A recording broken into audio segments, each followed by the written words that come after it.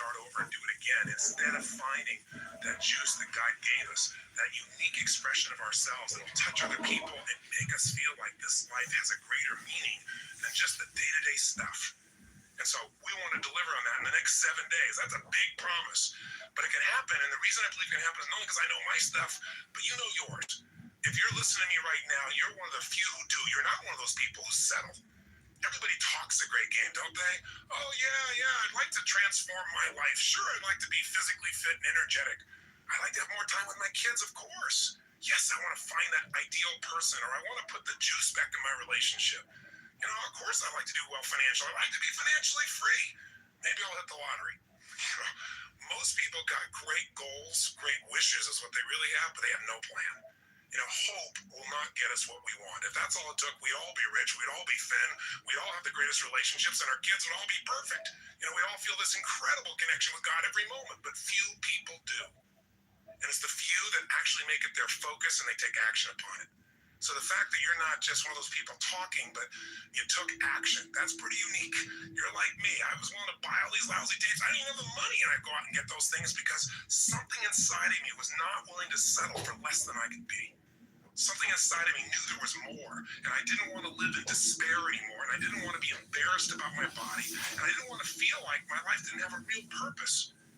And so you're probably not where I was. I'm sure you're much further along than I was along that journey. Maybe you are where I am now, just juiced about my life, and you're just looking for that extra advantage, those extra little tools that you can tweak things to take it to another level so you can enjoy even more and give even more to the people around you.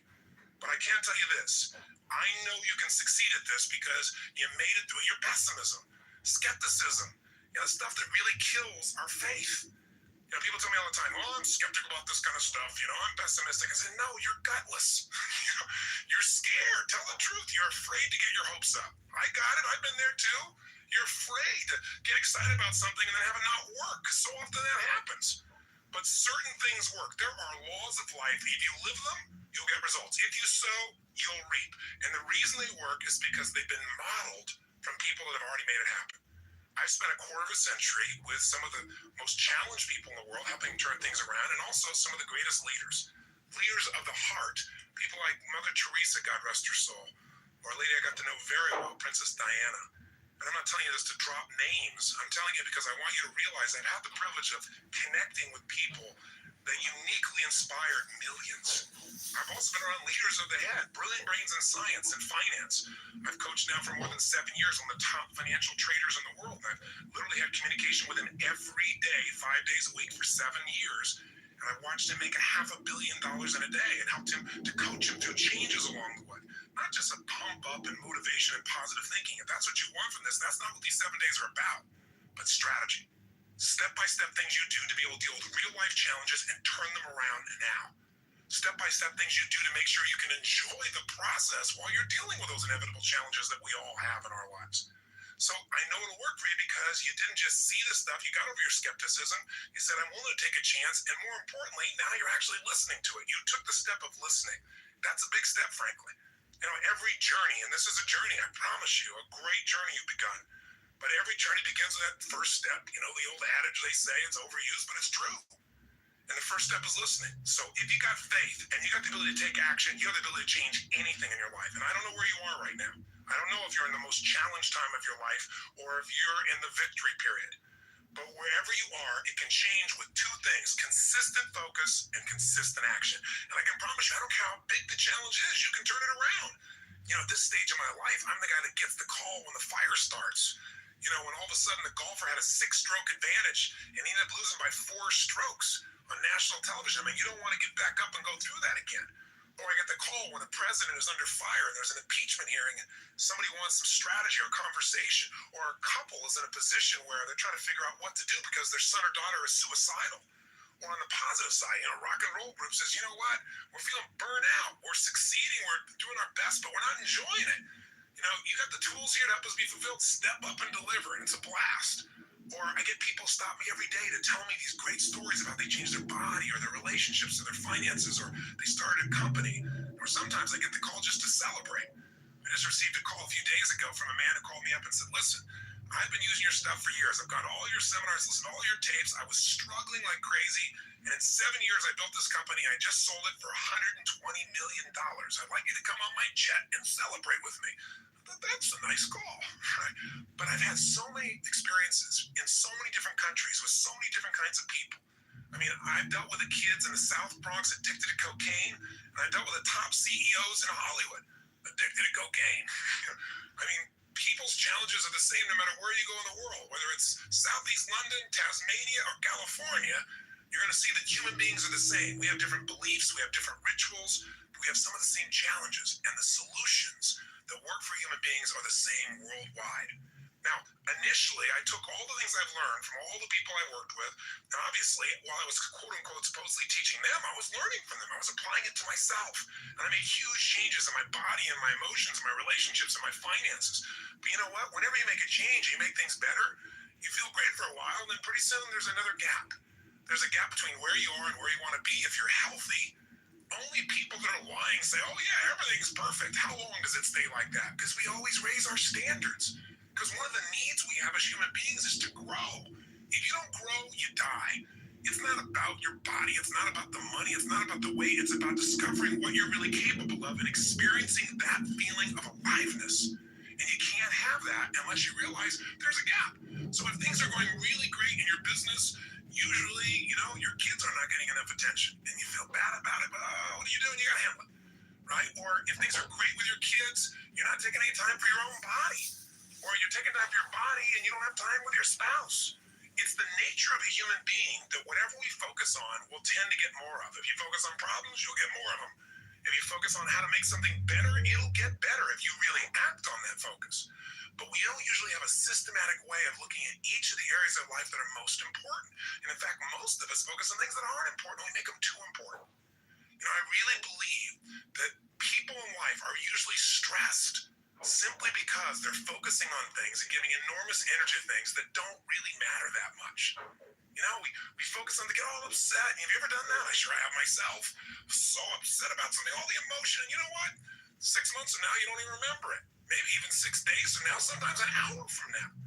But you don't take the time to focus on the things that matter, like your body or your relationship, or, what's happening with your kids, or your connection with God, or, hey, what do I really want from my life instead of keep doing the same stuff over and over and over again and trying to do it more and harder, even though you're not fulfilled.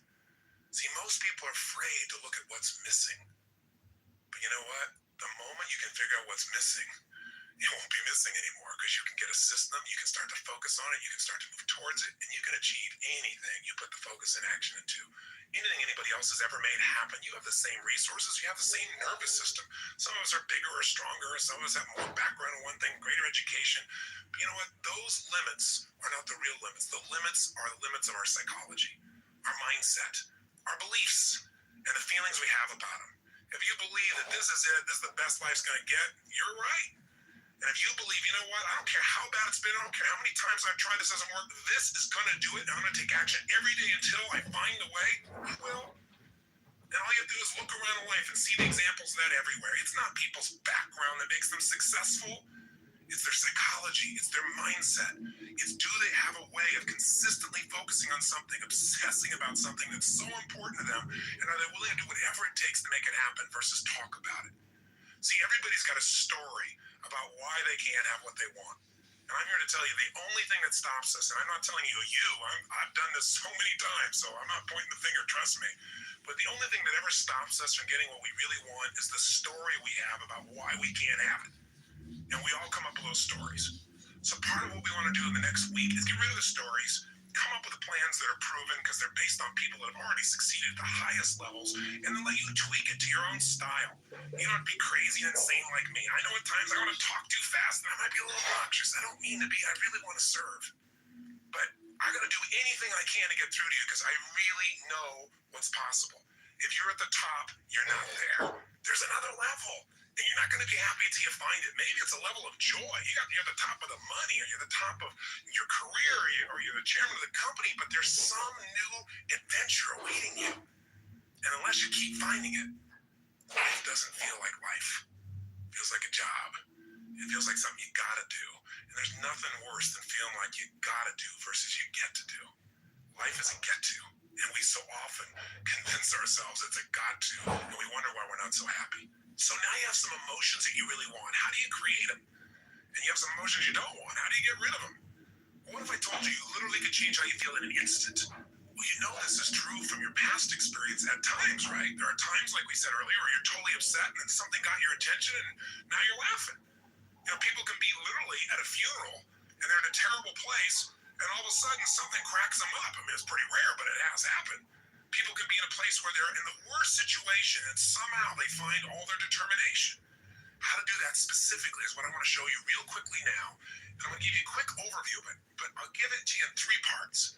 Three things you need to feel anything.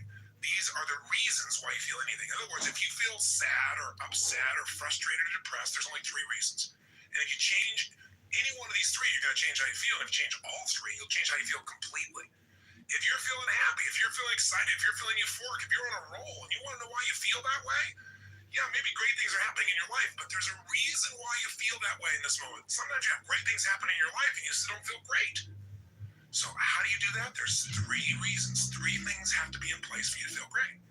I call these three reasons the triad because there are three patterns that if you do these three patterns in your body in a certain way, you'll get a certain result. That's like a recipe. You do one recipe, you get one result. You do another one, you get a different result. You get one kind of cake or another. So let's give you an example. I have a seminar I do. There's the initial seminar most people go to. It's the Life Revolution. It's a chance in a weekend to revolutionize your whole life. Not just change things or make it a little better, but to really step up and say, I'm going to transform it. I don't care if it's my body, my emotions, a fear, my job. It's time to do it. And we put people in an environment for 3 days of total immersion. That is a blast. And people come out transformed. That process, though, very often, one of the first things I'll do is I'll ask people, what do you really want? I'll take people in the audience. I got 1,500, 2,000 people in that type of program usually, and they'll say, oh, well, I want to make, $1 million. I want to make $1 billion. I want to help my kids get through school. I want to have more confidence. I want to lose 57 pounds. I say, okay, great. Why do you want these things? If you lost the 57 pounds, if you made the $1 billion, what are you going to get? And sooner or later they'd say, well, if I change the world, it'll make a difference. And I'll say, yeah, but what will that give you? And eventually I say, well, it'll make me feel good, like my life had meaning. Or they'll say, if I lost 47 pounds, I'd feel more sexy or I'd feel more energetic. Or they'd say, if I made this money, I'd feel freedom or power or secure. Whatever it is you want, you only want it because you think it's going to give you a feeling. And the truth of the matter is you're going to have that feeling right now if you just change these three patterns I'm going to tell you about. So the first pattern that determines how you feel is the event, what you do with your body. Right now, you're feeling expression is related first to how you use your body. You've not been using it. Now, I'll give you a more specific example. If I were to tell you that there was a depressed person behind curtain number 1 over here, and for a $100,000 donation to your favorite charity, if you could describe them physically without seeing them, I bet you could do it, couldn't you? What's their posture like? Say it or think it at least. You can say it, no one's going to hear it. You're probably in the car. You're walking. People talk on phones all the time. They don't know what's going on. Speak to me. Seriously. What's their body like? First, their posture's probably what? Slumped. Where are their eyes? Down. Where's their head? Down. What's their breathing like? Full or shallow? Of course it's shallow. Their facial expression up and tight or slack? You know it's slack. Now, how come you know all these things without me telling you? Because you practiced this stuff before, haven't you? We all have if we've ever experienced this. Now, if you do this with your body, I don't care who we are, if you do these things to your body, you're going to feel lousy. You're going to feel depressed. Now, if you change the way you use your body, if you put your shoulders back, if you breathe, if you use your voice in a different way, if you move or gesture at a different tempo, it's hard to feel depressed in that way. In fact, there was a research study that was done early in my career that was done at UC Berkeley. And they did something that sounded insane. Traditionally, if somebody's depressed, if they go to a traditional psychiatric approach, today we live with a philosophy that depression is merely a Prozac deficiency. That we live in this world today, that if things aren't working out, let's not solve what's going on inside you. Let's just drug you. It's called better living through chemistry. Yeah, just drug you, keep on going. We do the same thing with kids today. We got this attention deficit disorder. They've now upgraded it to ADHD, attention deficit hyperactive disorder. This couldn't be the fact that kids are overstimulated, don't get enough focus or attention, and don't know how to use their energy in a world where things are going so slow when they're learning in school compared to how they are on the internet and on MTV or anything else. It must be that we should drug them into submission so they get as slow as us and more comfortable. It's an interesting way that we look at life today.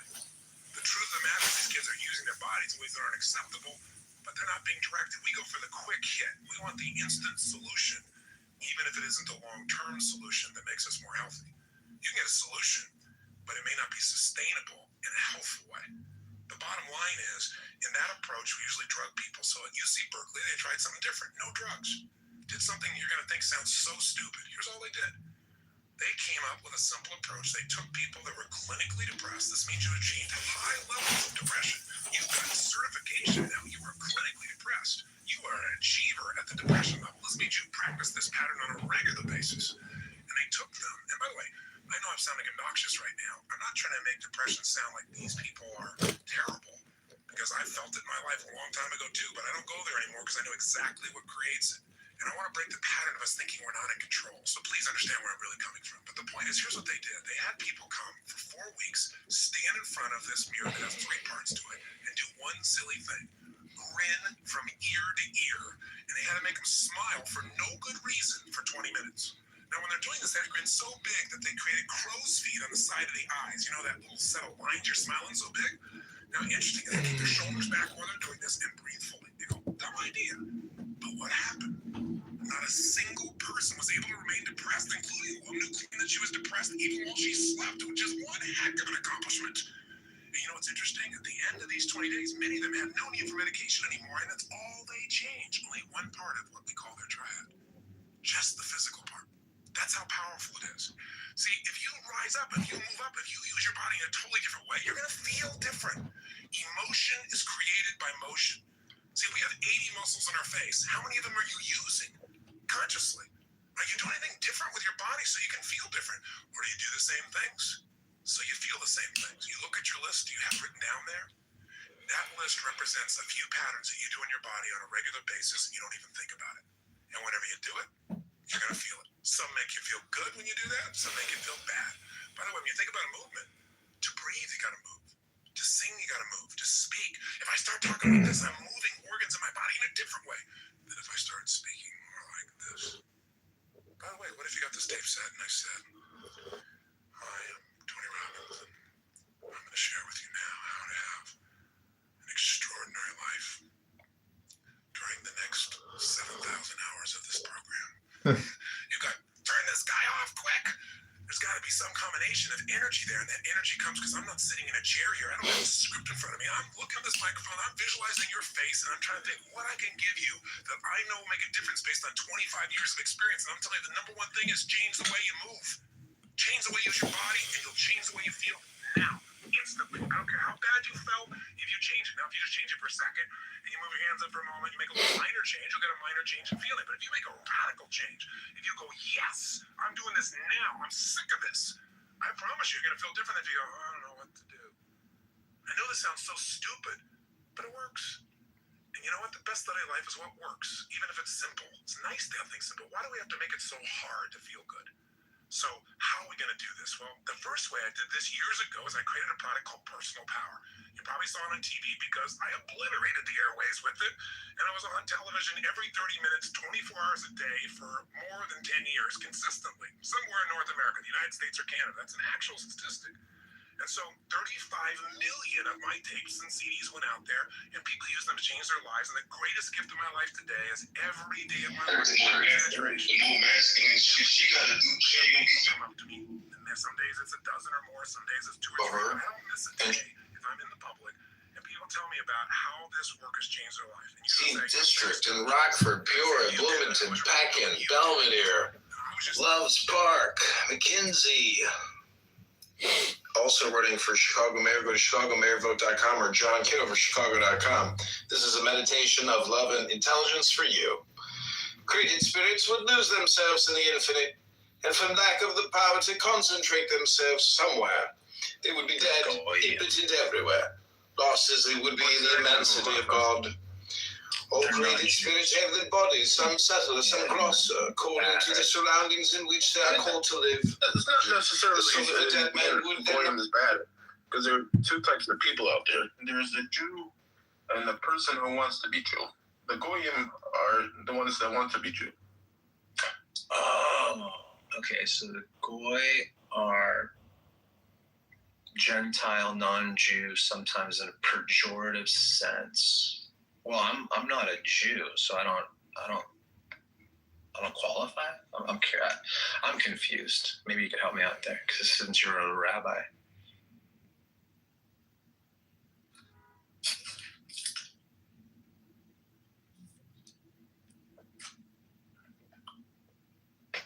Is that a prerequisite for being a goyim? I have to desire to be a Jew? Is that... No, that's already in your nature. Is me wanting to be a Jew? Yep.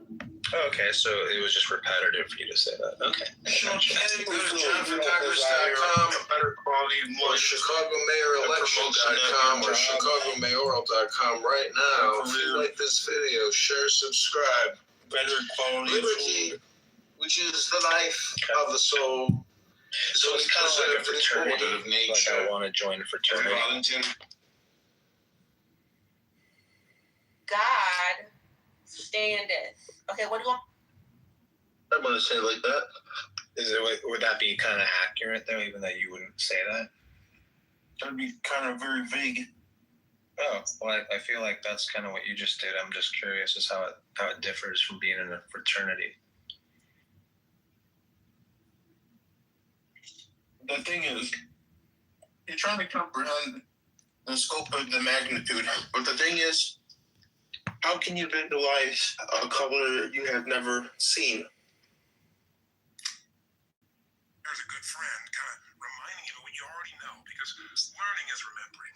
You know, Socrates said that centuries ago. Rabbi, I hate to say it, but I think your reception is compromised because it's kind of breaking up. Give yourself the gifts you deserve. I'm no special guy. Kind of I just eating, spent years and then doing maybe this you're stuff. disappearing from reception. I don't know if you're speaking. For years, and every day you held yourself to You know, there's somebody walked by, they're eating sunflower seeds. Thank you for letting me share my point of view here. And by the way, you don't have to agree with everything I say. I don't expect it. I'm not here to be your guru. He was walking by eating sunflower But seeds. you don't say, guy's nuts, and throw it away. But know that whatever is here that's valuable, you got to act on. You got to follow through on. So how do we get ourselves to do that? Well, with personal power, I created a 30-day program. And that program's gotten results from people, as I say, all over the earth. And it's pretty famous. And you may even know somebody that's used it. Maybe that's one of the reasons you picked up this program. Maybe you didn't see an infomercial. Maybe a friend said, you got to do this. Well, however you got here, why did I change it? Well, I'll tell you why. I started doing focus groups, and the product was still selling like crazy. And I thought, I want to reach even more people. Who are we missing? Instead of saying, wow, look how successful we are, how do we get to people we're not reaching? And we do these focus groups, and they'd say, well, do you not believe that, Tony Robbins is real? And the majority of the time they said, no, I believe he's sincere. I believe he's a real guy. Do you not believe people get results? No, I'm sure those people got results. And then they'd say things like, I just don't have the time. And I think, what do you mean the time? And they'd say, 30 days. I'd say, 30 days to change your whole life? Are you nuts? I mean, you're not worth that. It's not even a whole day. It's 45 minutes, an hour, maybe a day or 90 minutes, for God's sakes. I was frustrated thinking, God, these people really think this way, but we live in that nanosecond culture. Remember the old days you were taught that all this technology was going to transform the world, we're going to have all this free time? I don't know about you, but it hasn't worked out too well for me. I mean, most people got themselves a Palm Pilot so they can have their email wherever they are. They don't have to go home and sit on the computer. They can do it everywhere. They got their beeper. They got their cell phone. Many of these things are all put together with a camera and music simultaneously these days. I mean, we are constantly responding to the demands of the environment and rarely taking the time to decide what we really want. And whenever you react to stimulus, you're not in control. And when you're not in control, you're not going to stay happy. Because listen, a measure of your self-esteem comes down to one simple thing. Do you feel like you control events, or events are controlling you? And I'll tell you what, it's so easy to get sucked in. And I've done it myself, and I've done it even when I've known these tools. I mean, this is not something you figure out one time and then all of a sudden it's all perfect. It's like muscle. You don't get muscle by going to the gym once. You develop a system of working out on a regular basis, and after a while, working out is fun. I mean, you look forward to it. It's your time. Part of what I want to do in this very first game is give you your time. If there's anything missing in our lives, it's time with ourselves, thinking about not problems, but what we're grateful for, thinking about what we want, creating the plan to make it happen, creating the juice of our lives, stopping and taking in what already is great, because you can't build on failure, you can only build on success. But if you do that once in a while you feel pretty good. Well, you can build on failure. I don't understand that one, Tony. What triggered me to do this is You can build on success and failure. Well, I gotta have gonna have at least 15 failures in your minutes experiments, I gotta have Tony. a short time, the first time in the morning, to set myself up for success, because rarely does a great idea interrupt you. You know, rarely does beauty just suddenly surround you and engulf you. You have to stop and notice and appreciate it. You gotta seek it out. You gotta schedule it. You know, everybody talks about things, and I tell people when they plan their life, I said, you know, talk's cheap. You talk about it, it's a dream. When you start to envision things, it gets exciting. When you start to get a plan, it's possible. But when you schedule it, it's real. So part of the power of this Get the Edge program, and by the way, you're going to see I snuck in. I gave you a bonus of the first week of personal power, and I'll explain that in a minute why I did that. But part of the benefit of this is just having a simple system that you say, for a week, I'm going to do this. And if you do it for a week, I bet you'll do things like this for yourself ongoing. After a week, you're going to feel so different about your life. You're going to have so much momentum. You say, well, can I really change my life in a week? Of course. In fact, that's what made me say, okay, you can't do it in 30 days? I'll make it a week. You can do anything for a week, can't you? Come on. A week for yourself. So I thought, if I made it a week, can I really do it? And I thought, of course, because you know what? People say I have no time. I think that's such a lie. We lie to ourselves so much. That's why we don't have what we want. And I've done it too. I'm not pointing fingers. But you can't lie to yourself and expect to have the truth be a part of your life and have success that comes from the truth. See, all change happens in a minute. You gotta remember the power of a minute. In 1 minute, you could change everything in your life. In 1 minute, you can say, never again. Never. As the Jewish people have said in their country. They set a standard there, and they said, we will never go through a Holocaust again. It will never occur again. When a human being gets that point of never again, it takes a minute. In a minute, you can also do some other things. In a minute, you can look somebody in the eyes like you've never looked at them before. In a minute, you can hug somebody like you've never hugged them before. In a minute, you can say the words, I love you, and mean it at a level you never meant it before. In a minute, you can say, I quit, or let's begin, or it's over, or I do. Think of the minutes of your life that have changed who you are. And I gotta promise you, in these little boxes, we got a lot of minutes. We got a lot of them in here. Minutes, there's moments right at the point you think, this guy's insane, and I'm gonna turn this off. You stay there a little bit. I can just tell you because I've done it for years. It's different from somebody else. One phrase will wake something up inside you. I'm not gonna give you anything. It's all inside you. But when it wakes up, baby, it is time to move, and I don't have to tell you that. It'll just happen. You'll suddenly say, this is it, no more. And it's kind of like that Pearl Harbor movie when, you know, you see them come diving down and the admiral should be celebrating and they say, Admiral, we've got this great victory. And he says, oh, I fear we've awakened a sleeping giant. And inside of each of us is that giant. It's a giant of emotion, because that's where it starts. It's the emotion. Emotions start wars, don't they? Emotions get you married or they get you divorced. Emotions make you have kids. Emotions make you break through the problems or give up. It just depends which emotions you decide to live with. So, how are we going to do it? Well, two options I'm going to give you.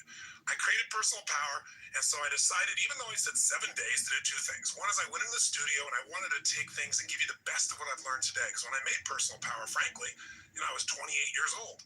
So, this many years later, I've lived a lot of life, and the world's changed. I mean, during all that period of time, we watched the wall come down, communism disappear.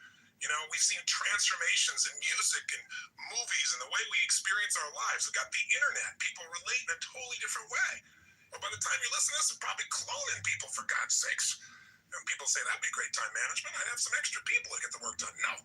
Here's the point. During that same time, I've obviously made big changes in my life. I've learned a lot more about who I am. I've made some stupid mistakes, and I've had some enormous victories. The good stuff has come through me on a huge scale, and I've learned. And so as a result, Get the Edge is a little longer than personal power. You say, how can it be longer? The other one's 30 days. Well, let me be specific. You can do this in 7 days. As you'll see, there's 7 days of program if you look at the program in front of you. This is day 1.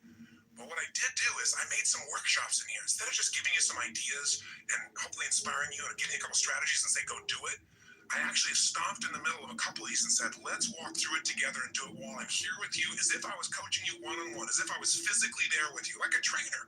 So you can break those up. There's only a few, and you can do this 1 CD a day and do it for 10 straight days. Now, if you're a maniac, you could do this in a weekend, and if you're insane and on drugs, you could do it in a day and be completely overloaded. But I suggest 7 or 10 Thank you, days. Pick one of these. Keisha. Having said that, let me give you one more piece. I also sent you as a bonus the first week of my personal power program. It's the most successful personal achievement program of all time. And I'm going to recommend you start with that after you're done with this tape. You say, well, why wouldn't I do that? Why wouldn't I get your first cutting edge stuff? Because, well, how to explain this is kind of interesting. I really believe that this whole reason you're here listening to this is because you're a person that wants an extraordinary quality of life, not a good life, right? And I'm sure that's true. You wouldn't still be listening. You would have shut me off a long time ago. The point of the matter is, if you want an extraordinary life, it has to be on your terms. It has to be what you call extraordinary, not somebody else's. But I can tell you there are 2 things you must master to have an extraordinary life. And most people rarely even master one of them. The first is you must master the science of achievement.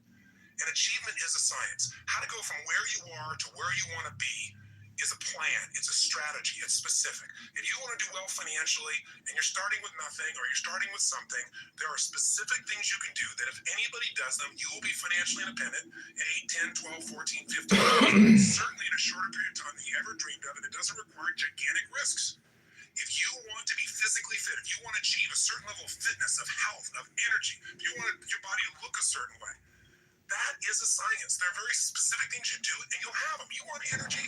I got a friend named Stu Littleman who ran 1,000 miles in 11 days, 85 miles a day, 2.5 marathons a day. You go, so what? He's a freak. What's this got to do with me? He wasn't even a runner. He went and studied some people in Central America, a group of Indians that once a year run 76 miles in one day for fun. He thought it was crazy. He wanted to study the psychology of it. And he found out there were laws of the body that if you practice these, your energy will explode. It'll go beyond anything you imagine. You're going to learn that while you're in this program. So there are laws for achievement. And I can tell you, I'm a kid from Azusa, if you know where that is.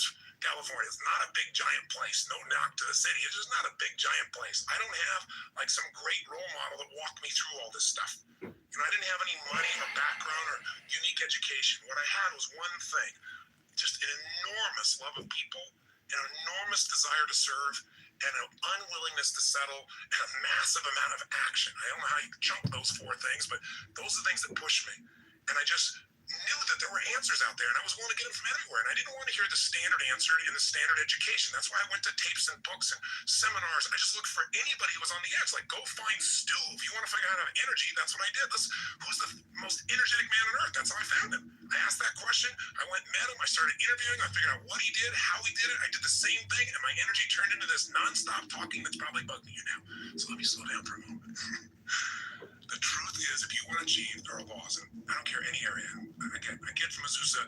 I've had the privilege of, making hundreds of millions of dollars, literally. I mean, $400 million in a day, taking a company public. I've had the privilege of losing hundreds of millions of dollars also when stock prices change. I've been able to sculpt my body. I've been able to raise 4 kids that I'm so proud of and love dearly, and who are people that contribute to society in meaningful ways. I've been able to find that connection with my creator that I embrace and I know is right for me. I'm sure you've either found the way or you'll find the way that's right for you. But there are laws. There are ways to do that. So why have I gone on and on about this? Well, we're going to teach you those laws, but the first thing that keeps you from using them is your conditioning. So we all got conditioning about why it can't be done.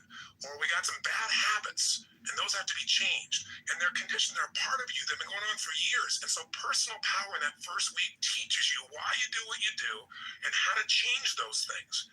How to change that conditioning so you get momentum. Because momentum is power. When you start to get momentum, it's like that little snowball starting to go down the hill. It starts to speed up to a point where all of a sudden it's got so much momentum, nothing will stop it. So personal power will get you started. And here's the other thing about it. It's short. The first session is like about an hour, but most of them are about 35, 40 minutes. So it'll get you going here initially and get you momentum. And I gave it to you, as part of this program at no extra charge because I wanted you to get it. If you ever want to do the rest of the 30 days, you can call us and get it. But then here's what I want you to do. Come back here, and then what I want you to do is go through this process. Because this process is even more comprehensive, and it's about the following things. Today, we're going to establish a habit. I'm kind of telling you what we're going to do in the whole program so you understand the system, but we're going to establish a habit that if you make it a part of your life, I promise you, I guarantee you, beyond a shadow of a doubt, you will be able to experience dreams that you never thought were possible. Joy that seemed like it was unsustainable, and you'll sustain it. A connection with people like you never thought was possible. Not because I'm so smart, because these are laws, and I've stolen all this by modeling people that are successful, and I've used it. It works for me too, and it'll work for you. But also, then we're going to begin the process of actually figuring out anything in your life that you want to change, and you haven't changed it, and we're going to take you through a 7-step process and do it. That's tomorrow. Once you go through the 7 steps, the changes will have begun. You will begin to make the big changes you want in your life. Then we're going to look at the area that for most people has the most pain, and a lot of people don't even pay attention to it because we get caught up in work or something else that's easier to deal with. That's called relationships. And that doesn't just mean your intimate relationships. It means your kids, it means your workers, but certainly your intimate relationships. This is an area where there can be so much pain, even for people that have achieved. I promise you, at the end of those 2 CDs, you're going to have an experience of clarity about where you are, what you want to have, and you're going to have some tools that will create that joy in your life, either to attract the relationship you want or to recreate the relationship if you're already in it, or to make the decision to make a change if you're in a relationship where the two of you really aren't matched. That's not really 2 years ago. you'll have I did a study abroad in Cairo. Then, of course, you got to have energy. So how do we increase the energy? How do we get your health to the absolute peak level possible so you'll follow through and do all this? The next day, the 5th day, we're going to come back to those emotions. And we're going to show you which emotions will strengthen you, which ones will weaken you, how do you change them in an instant so you know what really works. Then we go to money. By the way, money should come down further on the list because if you got all the money in the world but you're not healthy, if you got all the money in the world and you're unhappy, if you got all the money in the world and your relationship feels terrible, you're not a happy camper. But if you got the energy and if you got the emotion, you got the relationship, then why not have the money too? Why not have the freedom to do what you want, when you want, where you want, with a system that really works? And then finally, the 7th day or the 10th, depending on how you do it, is the power of why. Finding the sustainable purpose for your life.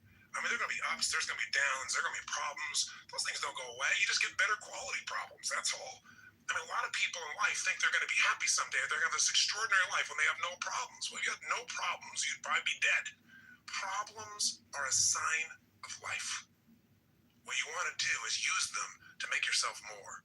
This is not a program that's going to eliminate all problems. It'll help you get rid of your current list so you can create a better list that makes you grow to the next level. That's what life is.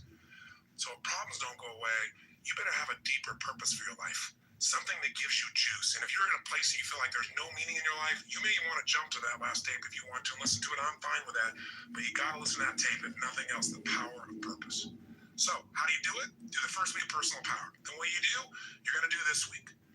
And by the way, make sure you take advantage of that personal profile we offered you. It only takes 10 minutes online. You'll see the receipt in your box about how to do it. And after 10 minutes, you'll be blown away. You'll get a 30-page report that describes to you what kind of behaviors are natural for you under stress and how to deal with those, how it may create conflicts in your relationships or your business. It'll also show you what you value most at this stage in your life, what's most important to you. And that'll help you understand why sometimes maybe you take 2 steps forward and pull 1 step back and start to sabotage because you have some things that you value that are in conflict. So take advantage of that. I think you'll find it invaluable. It's the personal profile. And again, how to do it is in the notes at the front of your book. Now, here's what you can do that'll make this part of your life. All we're going to do is go after that thing we said was missing in our lives. Do you remember what it is after all this verbiage I've given you? Time. Time with yourself. But we're going to structure that time so that we create a daily triad that puts us in a state of mind where things flow. Have you ever had that happen? It's like, yes, I know what to do. Of course. Oh, yeah, it's a challenge. Big deal. Bring it here. Let's handle it. No big deal. Come on. Don't worry. Have you been in those states where, like, nothing can shake you? You can hope that you're going to pop into one of those states and get lucky, or you can create it every morning before you start your day. So you start with a foundation that's so powerful that it affects you and everybody around you. You can make it beautiful. Life can be beautiful for you every day if you do the things he did with his body. If you focus on life the way he focused on it, if you use language like he used, he made. Next day, the 5th day, we're going to come back to those emotions. We're going to show you which emotions will strengthen you, which one. That's a role model. If you sow the same seed, you'll reap the same rewards. But you got to schedule. Because remember what I said, if you talk about it, it's a dream. If you envision it, it's possible. But if you schedule it, it's real. So here's what I'm going to ask you for, an invitation and a challenge. I want you to give yourself that missing time. And I want you ideally to give yourself an hour of power, I call it, at least 5 days a week. And what does that mean? It means for 1 hour, I'm going to walk you through 3 things to do for an hour that will absolutely connect you to yourself and will give you a level of focus and joy and happiness and strength to deal with not only the challenges, but to enjoy your life more. If you don't do it, you're going to be driven by technology, by demands, by people, by our kids. You know, it's beautiful that you're willing to give to everybody else. But if you keep giving, Bro, please look at the chat, bro. bro. And I know you know this is true. So here's what it looks like. And by the way, if you can't do an hour, then do 30 minutes to thrive. You know, if it's not an hour power, give yourself at least 30 minutes. There's always 30. And if you can't do that, at least do 15 minutes to fulfillment. So I'll describe this. So there's never a day you shouldn't do this. There's always 15 minutes. But if you can lock in that hour, it'll go. And I'll tell you before I tell you how it works, if you'll just do the 15 minutes, it'll grow to the 30. It'll grow to the hour because you get so reinforced in your life. So what does it look like? Here's what it is simply. At the end of the session, there's another tape or CD you can actually take with you on a walk. You can go and make this process happen, and I'll guide you through it in case you forget how this works, but it's pretty simple. It has 3 parts. Here's what you're going to do. The first step is that you want to make sure that the moment you wake up in the morning, there's no hesitancy to get up. So you start to train your body, which is training your mind. Remember, your body and mind are linked. Whatever you do with your body, it's going to affect your mind. You want to train your body to jump out of bed immediately with energy, without hesitancy, and to start moving. Because remember, emotion comes from motion. We've got to move. Now, ideally, you would exercise in the morning. There's a lot of reasons to do that.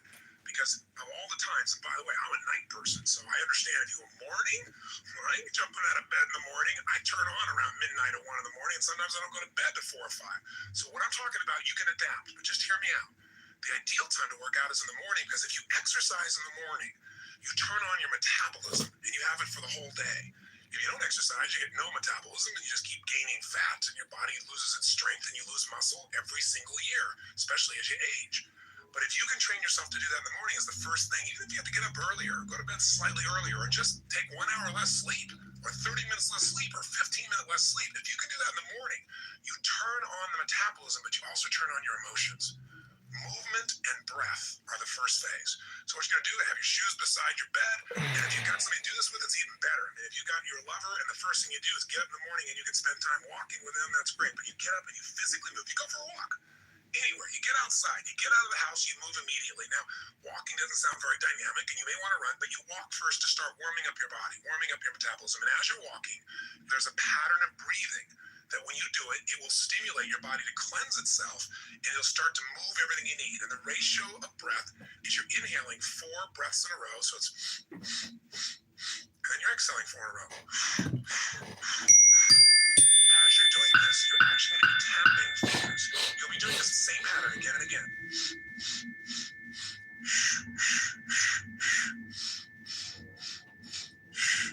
Absolutely connect you to yourself. It will alter your state. You will literally, after doing this for about 5 minutes, begin to feel radically different. Now you're going to inhale through your nose, as you probably heard, and exhale out your mouth. And this is something called breath walking. There have been studies done on this at MIT, and it literally alters brain function. You don't have to know the studies to be able to feel what it does in your system. So all you're going to do is for the first 5 minutes, candidate John Kitover, you don't have to worry about, oh, I got to run right now, my back's sore. You just get up and you start to walk. You walk for about 5 minutes with this breathing pattern. Step 2, you get grateful and you begin to visualize. So in phase 2, what you're going to do now is you're going to cultivate the emotion of gratitude.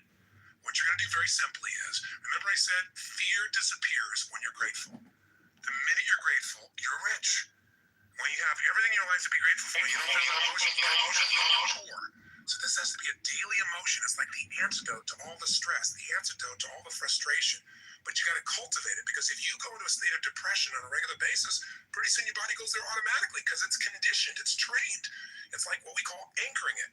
By going into that physiology, by breathing, and by visualizing. So what you're going to do is you're going to focus on and ask yourself, what are all the things in my life I'm grateful for while you walk? So you're outdoors, you're moving, so your pattern of physiology makes you feel good. You got movement, you got emotion. Now, as you're moving, you think about everything you're grateful for. And I usually start with a circle. I start with myself right here, and I think about all the things I'm grateful to God for in my life. My health. I start to think immediately, okay, my family members, and I think about them and I send love to them. I make this spiral of thought going out. And then I think about my close friends, my close business associates, and then all the people I get to serve through my work in the world. And I just expand it. You think of moments you're grateful for. You know, a moment that I had with my son where he shared something with me that just made me cry. It was so beautiful. You know, there are moments in your life. So what are we doing? We're moving and breathing. That's changing your physiology.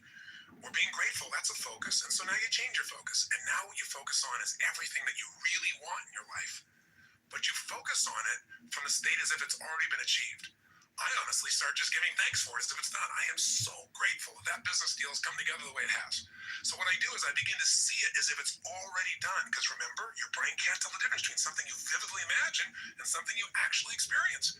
So I see it, I feel it, I think about it, I feel the emotion as if it's already achieved. The more you can program your body and your mind and your emotions that something's achieved, your brain can do things you're unaware of. And if you focus on what you want continuously, you'll move towards it. Whatever you focus on, you move towards. Most people are focused on what they're afraid of. So as an example, when somebody's out of control in a car, they immediately look at the wall they don't want to hit. And of course, as they look at it, they steer right into it. The same thing happens in life. Wherever you focus, that's where you go. Don't focus on what you fear. Focus on what you want and make it real. The more certain you are that what you want can happen, the easier it is for your brain to figure a way. When you say this is important, your brain starts noticing anything that'll get you to what's important. And if you believe it's already happened, you know enough about life that when you have that kind of certainty, your brain will find the way. Now you start focusing on today. What do you want to create today? You think about meetings you're going to have. What do you want to make that happen? Instead of going, oh, I got to go to this meeting. What do I want? Most people think about what they have to do. Think about what you want to do. Who do you want to turn on, excite, make happy? Who do you want to make laugh? What do you want to achieve there? What do you want to accomplish? See, the more you can see it in advance, you can remember everything that's in your outside world started in your inside world. Everything in my life, my kids, my businesses, this conversation with you started as something in my head. And you're not having the same as if you got the energy, if you got the emotion, you got the relationship, then why didn't have the money to show up in your life the way you wanted? Most people create in what they don't want, and so of course they keep manifesting what they don't want. So even for this day now, focus on what do you want to create out of this day. Think about what's coming up. How do you want it to go? How do you want to feel? How could you respond? And just get yourself juiced about the day. So now what you need to do is incantations. So if you're walking, as you're walking, you can be doing this. You can even be doing it with the same breath you started with. Or you can be going, I love my life. I love my life. What if you don't love your life? If you do it over and over again, you're going to be vibrating. I've done incantations my entire life. It's how I've conditioned myself. 25 years ago, when I first started speaking, I was 17 years old. I made some changes in my life really quickly, and I started sharing it. And I didn't have speaking skills, but I had a state. You know when you're in state and things just flow? Just like having a conversation, you don't have to think about it. It comes out of you. But I made myself get in state because I was fearful. So I said, I got to focus on how to serve, not on am I going to do a good job. I need to focus on giving, not on how am I going to do. If you focus on how you're going to do, you're going to get worried. So I created an incantation, and I've done it for 25 years before I go on stage every single time. If anyone's been backstage, they'll see what I do. I make a big change in my body, take an explosive breath, and I do this thing I call a power move that stimulates my body so I'm at the strongest state I can be. Second thing I do is I do my incantation. And what I do is I say this. I say, I now command my subconscious mind to direct me in helping as many people as possible today to better their lives by giving me the strength, the emotion, the persuasion, the humor, the brevity, whatever it takes to show these people and get these people to change their life now. And I do it again and again and again. Now I can do it once today, and I'm there. Because I used to do this literally for 45 minutes driving someplace. I'm driving my old Volkswagen Bug. And I'm supposed to do this speech to share with people how they can do these things. Or I'm supposed to meet this person one-on-one. And I would literally chant this out loud. Now, why do you do it out loud? Because if you go in your head, it doesn't affect you. Speaking engages your physiology. And when you speak with certainty and intensity, it conditions you. So the bottom line is you do this while you walk. So if you're conscious about this, you can do it under your breath, like I said. You can do it in a breathing pattern.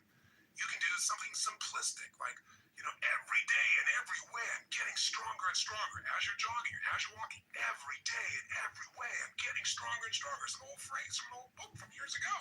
Anything will work as long as you say it with intensity. Every day and every way I'm feeling happier and and happier every day. And you say it again and again. And what you'll actually get is a rhythm. I'll tell you what incantations do in case this sounds stupid to you. Maybe it'll help.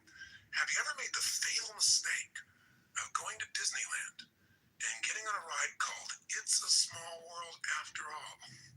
If you have, you know the power of incantations is what's stuck in your head for the next 3 weeks. That song in 37 languages, right? Or if you hear a song and you get it in your head and you can't get it out, and it goes on and on and on. Well, this is a way to get the right idea in your head and condition it, but not just the idea, the feeling. So now what you need to do is exercise, ideally 20 minutes, no less than 15, 30 even better. And if you can do 45 minutes, that's wonderful. And that's how you get to the hour. And so at the end of this hour of power, you want to celebrate. You want to say, my God, I got myself to do this thing. It set me up for victory. Now you don't have to work and celebrate, I promise you. It feels so good to be vibrating, especially into the incantations. Now this process, you might say, well, I'm not going to run 5 times a week. And you don't have to. You can just go on a walk. And you can do this process, this hour of power focus, and you can spend 10 minutes on gratitude, 10 minutes on visualizing, 10 minutes on what you want to have happen today, and do it in 30 minutes. This is your freedom. But I can tell you, if you'll give yourself an hour, where 15 or 20 of those minutes are based on these 3 things: massive changes in your physiology that make you feel great, massive changes in your focus that make you focus specifically on gratitude and specifically on what you want to have happen and feeling like it's already been achieved, and then massive changes where you push your body to be stronger and you make some incantations, you say some phrases over and over, at least 5 or 10 minutes of it, you will have conditioned your mind, your body, your emotions, and your spirit will soar. And now you will deal with problems radically differently. There will be problems, there'll be challenges for you. And more importantly, you'll be excited to connect with people. You'll be excited about your projects. You will affect people around you in a different way because you will have an extraordinary psychology. If you want an extraordinary body, it takes a ritual, doesn't it?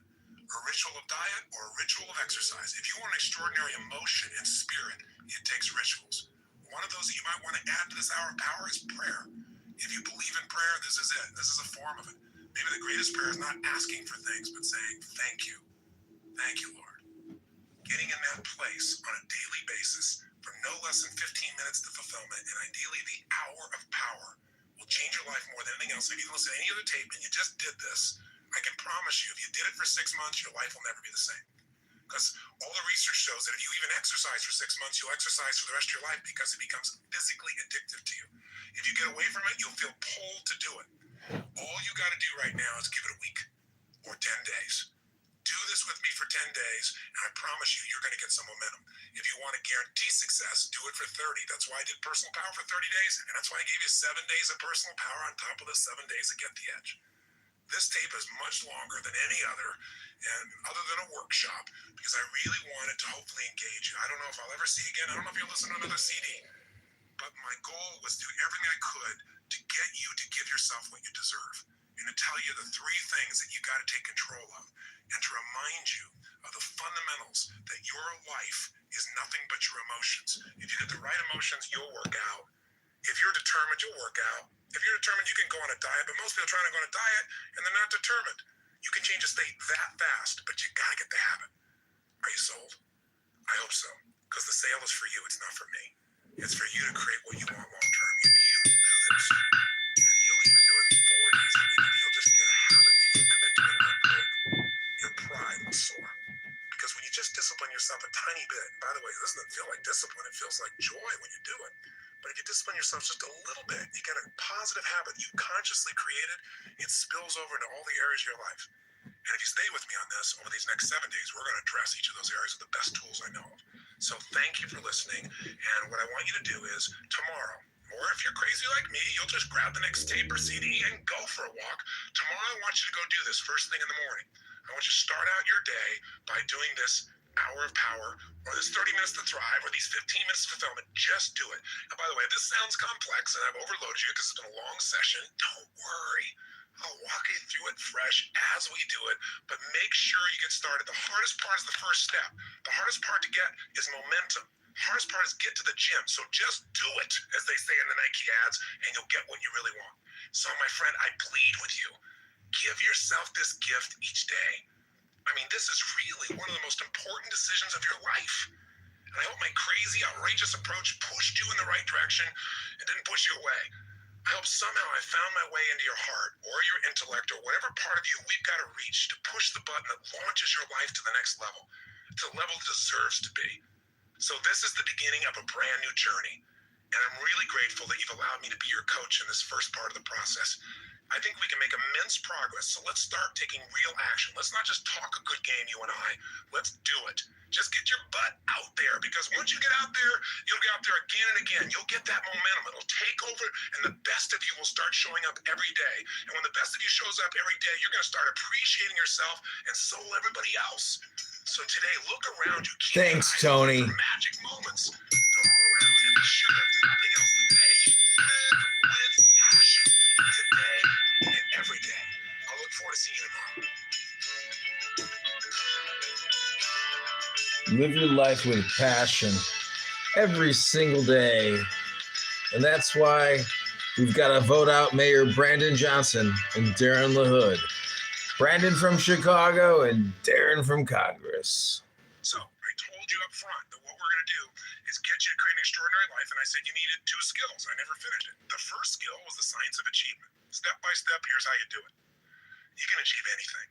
Anybody has. Anyone who wants to can make it happen if they follow certain laws. You sow, you reap, as I've already said. But you can succeed and not be fulfilled. And success without fulfillment is failure. And I can't tell you, I've dealt with literally millions of people around the world. Again, some of the greatest achievers in the world. And I've met a lot of achievers, but I've met very few that are truly fulfilled. See, to have an extraordinary life, you need to be able to have the science of achievement, but you also have to master the art of fulfillment. And it's an art, it's not a science. In fulfillment, there are principles. There are things that if you use them, you can create joy right now, even though you haven't achieved all your goals. And you know what? If you're more joyful right now, you're going to have more energy to go after them. See, most of us have been trained, at least in the Western world, we're supposed to go do things so we can achieve, so we can eventually feel good. In the East, I'm supposed to feel good and enjoy myself right now, because this is all there is. One is focused on the future, the other is focused on the present. We need both. Listen, if you live here in the West and you just sit around and you bliss out and feel wonderful, you're going to be fulfilled. But for how long? You know, if you just sit there and be fulfilled, people will come and take your furniture. You got to do something with your life. Life requires that we do things that allow us to contribute to the world, but it also requires, if we're going to be fulfilled, that we find a way to enjoy them. And if you can do that, now you're at the top of the ladder. Because if you don't do that, you bump into the experience I bumped into. I achieved. I made it all happen. You know, I felt so excited about my life. I was juiced. I was giving, and I was seeing the results. And, you know, one year we fed 1 million people at Thanksgiving to my foundation. It was one of the biggest dreams I ever had. I felt so alive, so happy, so juiced about things. You know, I made a ton of money.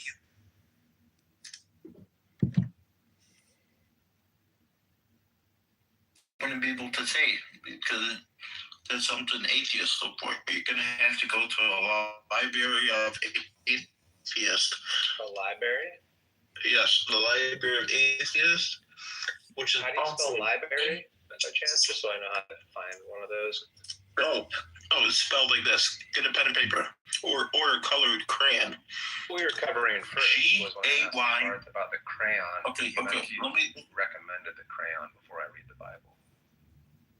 All right, check this out. This is how you spell gay library or atheist library. It's spelled G-A-Y space B-A-R.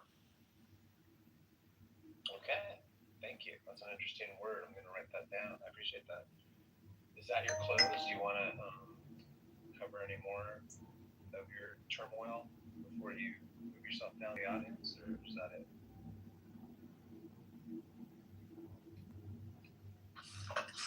I don't think I'm necessarily doing something or saying something bad.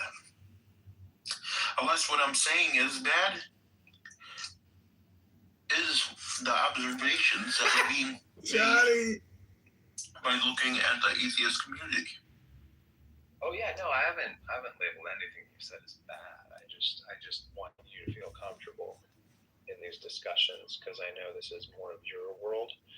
So I don't want to feel like a stranger. You know, I want to be warm and receptive toward you.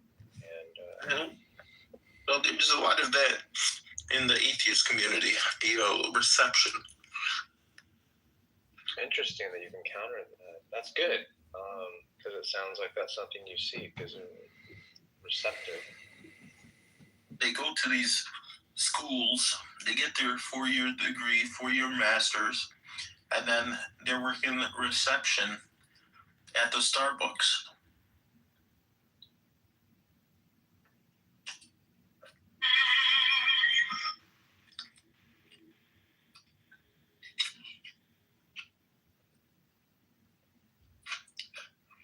Is that fair to say? Hey?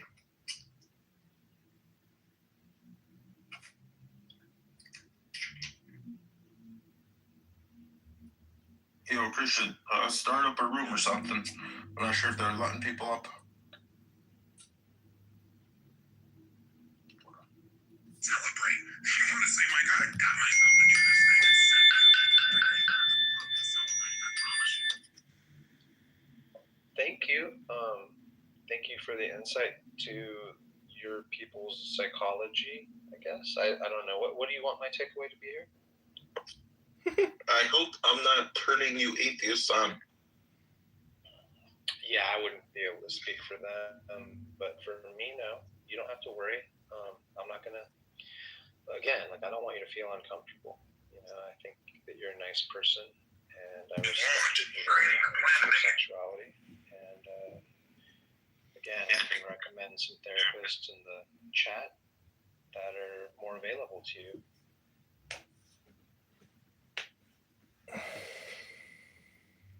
Did you have any other questions for me before you leave?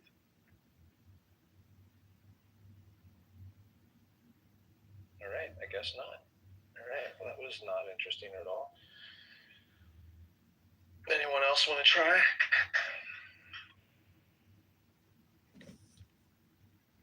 Well, you guys are really running a tough ship over here, Supermods. Honey, you know, I wanted to apologize and say I'm sorry. Maybe I was a little cruel by enjoying you being compared to CM in terms of IQ, but you're still here talking. And so just wanted to come and say hello and let you know I've, you know, decided to move on from Clubhouse. I'll be deleting the app shortly. And I will no longer be speaking to any one of you ever again. And so I just want to wish you all well, especially Daniel and Megatron and Narges, my close Clubhouse friends. But I will not miss you, and I will be deleting the app. And I wish you guys well in your fake universe, as if this was like Roblox or something in your in your actual real lives. And you know, I'm glad you guys can finally admit that it's just a video game, really. And it's unbelievable how much time people will spend playing this video game known as Clubhouse. But is there anything you'd like me to, you know about you personally, you know, as opposed to just like superficially, you know, with all these conversations, which are completely huge wastes of time and just filler material for probably what we would call mild depression, lack of motivation, lack of insight or foresight or any kind of goal or any actual, you know, desired end state whatsoever. So, you know, kind of basically like failed science. You know, people like to say, you know, people here are hypocrites because they're theists or they're low IQ because they're atheists. I'm just saying that, you know, is there anything you want me to take away?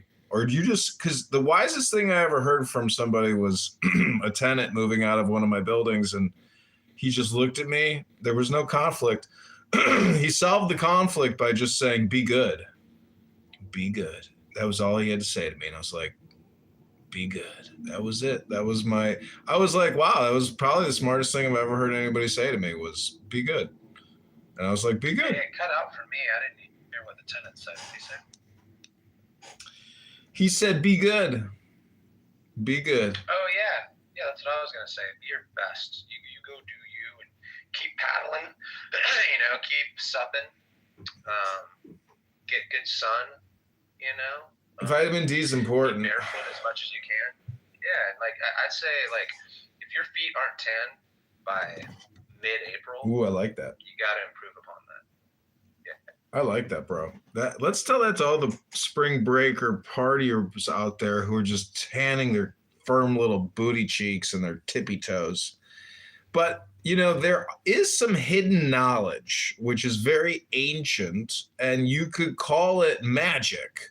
Because prior to the invention of electronics and technology, particularly, mastery of electricity, some people would have claimed that science was superstition or magic. So the fact that we're on a conference call app powered by electricity and magnets and circuit boards and silicon chips, some people would say that, that is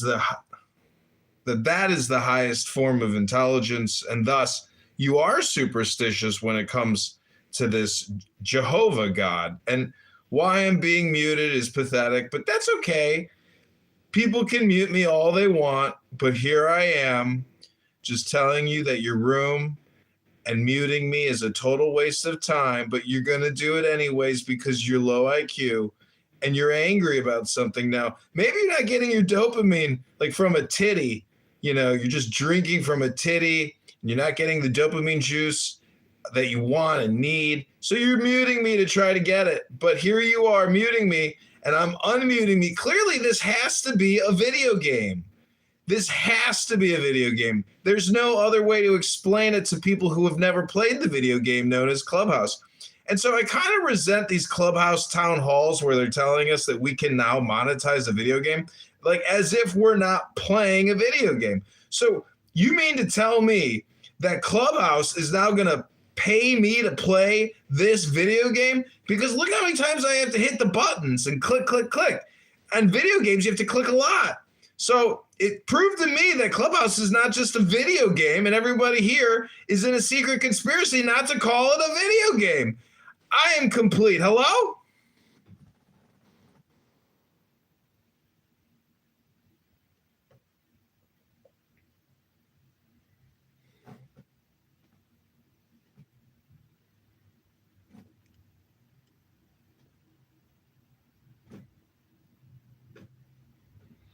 Well, somebody's kind of depressed, I think. It's not me. I'm living a life full of joy, living a life full of passion, daily, exceptional passion, passion beyond belief, joy and abundance, health and wealth, plenty of love and joy. Oy vey, I'm overflowing with joy, overflowing with abundance, overflowing with absolute love in my heart, intelligence in my heart.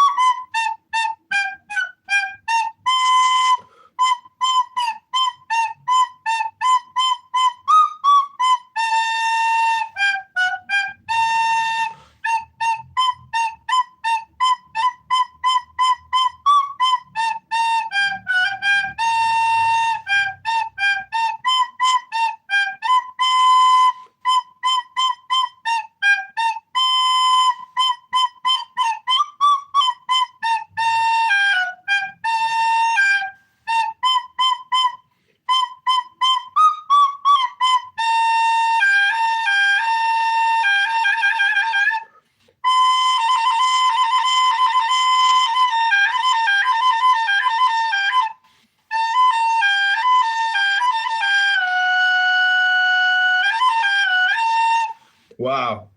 Can you imagine some loser with cheddar cheese on his head hitting a mute button over and over again in a one-bedroom apartment, angry and pissed that he's on a social audio chat app hitting a mute button? Jesus Christ. It's called dandruff control shampoo. Go to the gym. I mean, for Christ's sake, how many times are you going to sit here and hit a button over and over again like it's some kind of a fucking video game? Hello? Hello? Wow. This room has hit a new high. Wow, it's unbelievable. On stage, I'm sitting here playing a flute and somebody keeps muting me. As if there's anybody else here entertaining anybody with any kind of content. It's just a mute button content. Pathetic. Oh man, cheddar cheese head. Take a shower.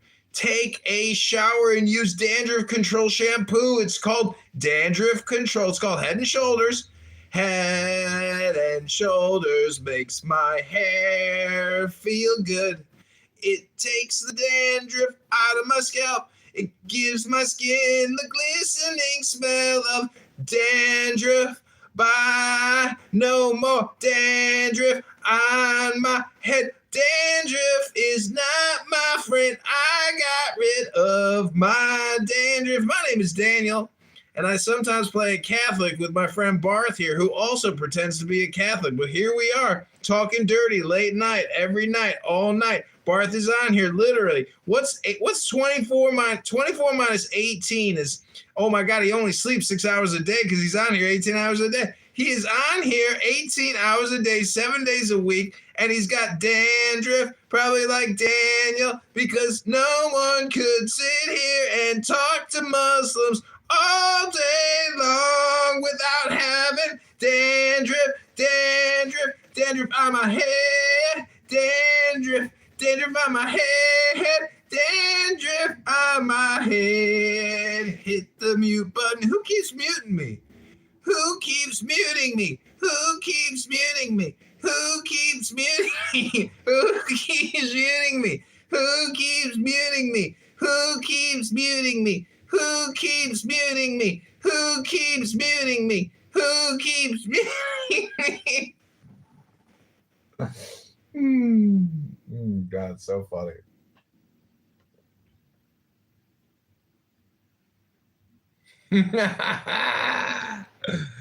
Oh man. Who keeps muting me? Who keeps muting me? Who keeps muting me? Who keeps muting me? Who keeps muting me? I'm writing a song about muting me using AI technology. Who keeps muting me? What kind of a video game is this that someone just keeps muting me? Do they have an auto clicker to mute me? How do they keep muting me? Stop muting me. Who keeps muting me? Who keeps muting me? Endlessly muting me. Who keeps muting me? Why do you keep muting me? Why do you keep muting me? What kind of game is this? Do you call it the mute me game? How long will you mute me, miss? Mute me, mute me.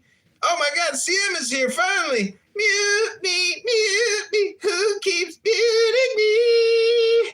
This beautiful song is dedicated to the chatterhead who keeps muting me. I'm willing to bet all three of you have dandruff. This is like the Three Stooges of stupidity here on Clownhouse. People that will waste every single precious moment of their day sitting here talking endlessly with stupid people, including themselves. None of you stupid moderators are worthy of not being raped. Raped? Did I just say raped? I meant barbecued, roasted. Sorry about the R word. All I'm trying to say is that if you're going to mute me 1,000 times and sit here and talk endlessly as if any of this is not just juvenile, pedestrian, stupid, crazy behavior, you are retarded. You don't read books. You don't go to the gym. You probably don't even cut your toenails anymore. So listen up, you retarded moderators who endlessly use this retarded app. I am quitting this app. This is it. Today's my last day. I'm quitting the app forever. And you're all just going to be here 5 years from now, still being recorded by my burner accounts. And I want to thank you all so much for giving me your lives. It's like I'm a soul collector, harvesting souls here on Clubhouse. Sorry, you can't censor. Hello? Hello? Hello? Hello? Hello? As much as you can. Yeah. Hello? Your feet are. Hello? Wow, mute me for the 1,000th time. Yeah, you're gonna feel the repercussions either way. You don't care about shit. There's a war. Ooh.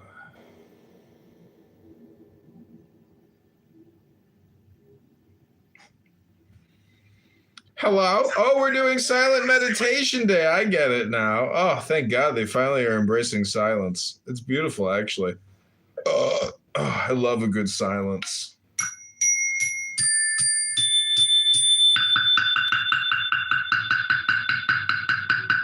Still got dandruff, though. Sorry, Daniel. You're going to have to go take a shower. We can't let you into the party with a head full of dandruff. I've seen your photo. You already look like Monsignor from 1465. Try to take a shower. I can smell you through the phone. And Narges, it's one thing to talk about Mikhail's dog, but when I hear your dog moaning, and groaning, clearly you're not taking care of your dog good enough either. You're probably not taking care of yourself good enough, because if you have the time to voice a million opinions over just the past 60 days, well, clearly you're not doing anything, productive enough. You're not getting paid. And so we have to look at the dollars. We got to look at how much we're getting paid for every word we spray, how many seconds we spend on these stupid devices. So let me ask you a question. Are you interested in taking this room and your, learning to the higher level? Because quite honestly, it's not just about money. It's about intelligence. And I'm afraid that some of you might be lacking in intelligence, especially whoever keeps muting me over and over and over. There we go. Update it. And if you want to update the title of the room to John Kitover, Mayor of Chicago, that'd be great. You can mute me all day long. I'll keep hitting the button. I can click and click and click. It's not a problem. Stop. And I'll sing a song too while I'm doing it. I'll call it the Stop Muting Me song by John Kitover. And I'll clip this on YouTube a million times too. So stop muting me. You keep muting me. Who is muting me? Why are you muting me? You keep muting me. Stop muting me. Why are you muting me? Who keeps muting me? Why are you muting me? I keep getting muted. Who keeps muting me? Well, what a cool video game. Do you get paid to mute me? Do you get paid to mute me? Do you get to pay to mute me? Someone send him gold coins for muting me. Who keeps muting me? Why are you muting me? Why am I muted here? Why do you censor me? Why do you keep muting me? This is my new song about you. You keep muting me.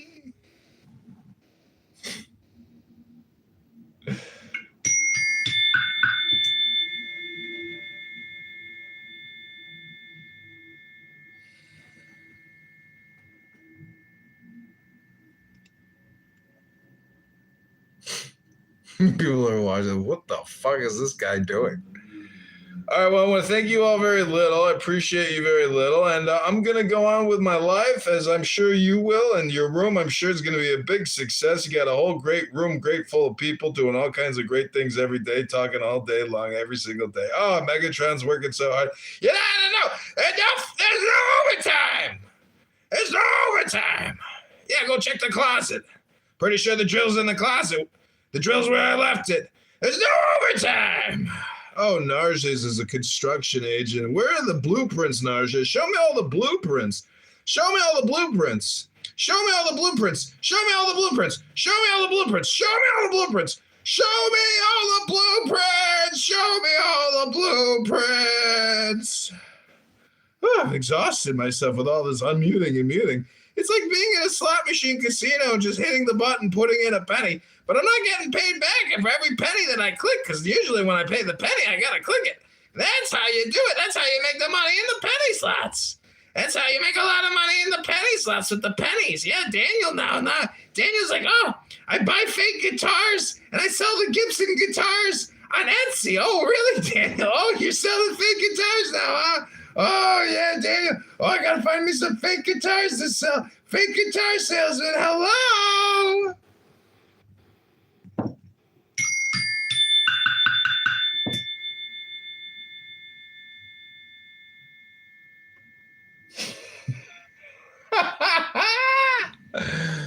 Oh my God.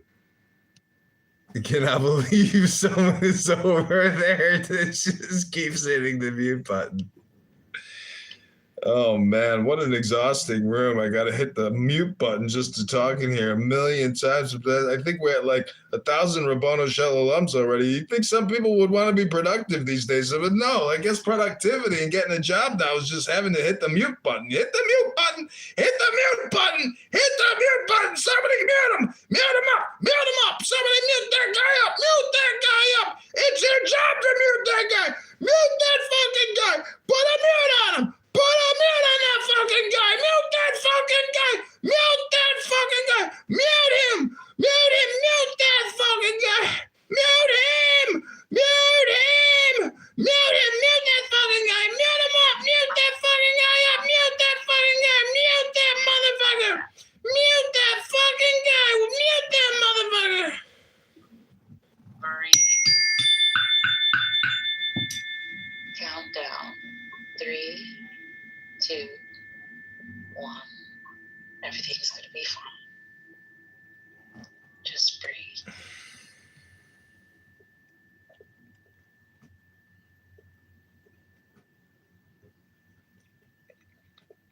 Hello? Did you say take the deepest breath of the day? Because I'm breathing over here. I'm taking a deep breath. Can you hear me? Hello, I'm breathing over here. I'm taking a deep breath. Taking the deepest breath of the day. Hello. Are you just being a clown?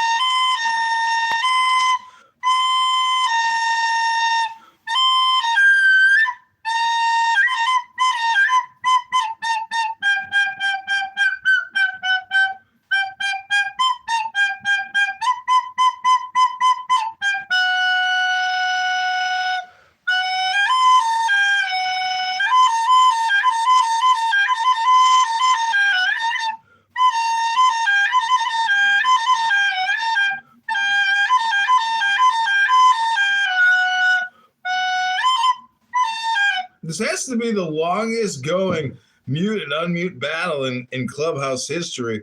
I'm going to submit this to the Guinness Book of World Records for the longest mute and unmute competition in Clown House history. We've done it again, ladies and gentlemen, making amazing technology amazing by wasting all our time clicking buttons. It's like being in a casino hitting a slot machine button on the penny slot machine, baby.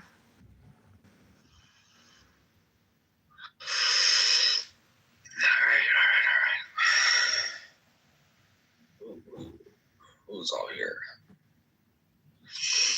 Yeah.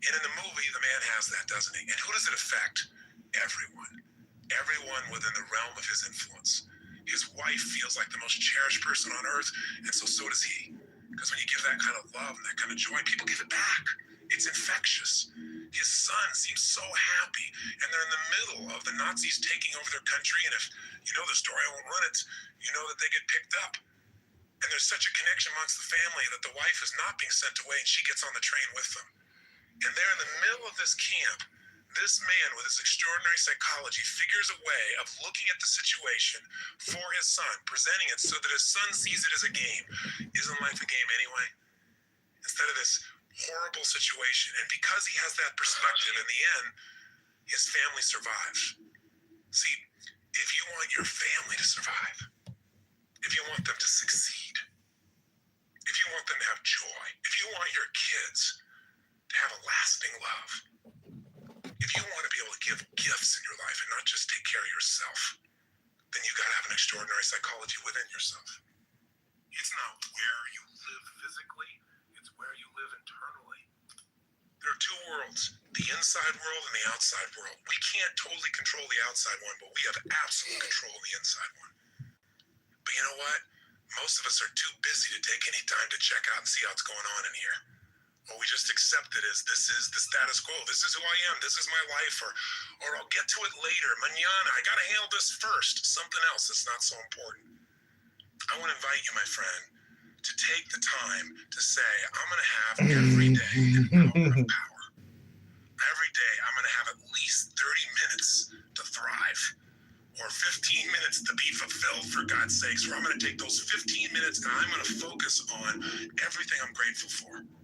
I mean, if we're going to have a life, we got to have time. And the time has to have some specific things we do, and one of those is gratitude. If you want to know what's the quality of your life, how much time do you spend in gratitude? How much time are you grateful and appreciative to the point that emotion wells up in you? I'm feeling it now. I'm so grateful to God. I'm so grateful to have the privilege to serve you right now.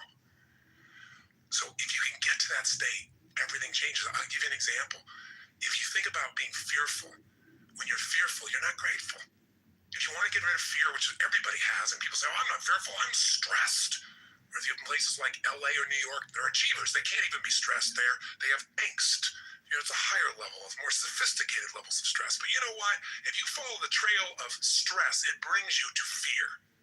And everybody's got fears. Fear they're not enough. Fear that it won't work out. Fear they won't be loved. Everybody's got that at some level unconsciously. We're human. So you can put the fear aside when you're grateful. I don't just mean intellectually, yeah, I'm grateful for this, I'm grateful for that. I mean stopping, thinking, seeing, and feeling. So I'm going to walk you through a system that includes gratitude. Every day of our life, we got to have a vision. Every day of our life, we got to have something that excites us. When people tell me, oh, I'm bored, I'm tired, you know, that thing is boring. No, you're boring. Because you don't have something that excites you in your life. You haven't come up with a vision. You haven't come something to move towards. We all need something that's going to make us use more of who we are. Our courage, our passion, our joy. Face our fears. Build our emotional muscles. But you don't build emotional muscles when you do the same thing day after day after day. What you get is a life that's unfulfilling. So we've got to have a vision. So every day I'm going to take you through a simple process that'll get you to expand your vision. So you have a compelling future. That thing that makes you want to get up early. There's a reason. You got to have a reason. And you know, I have friends that have sold their companies. One guy sold his company and made almost $1 billion in cash, about 800 million plus. And you know, he was so excited for about 2 months, maybe 3.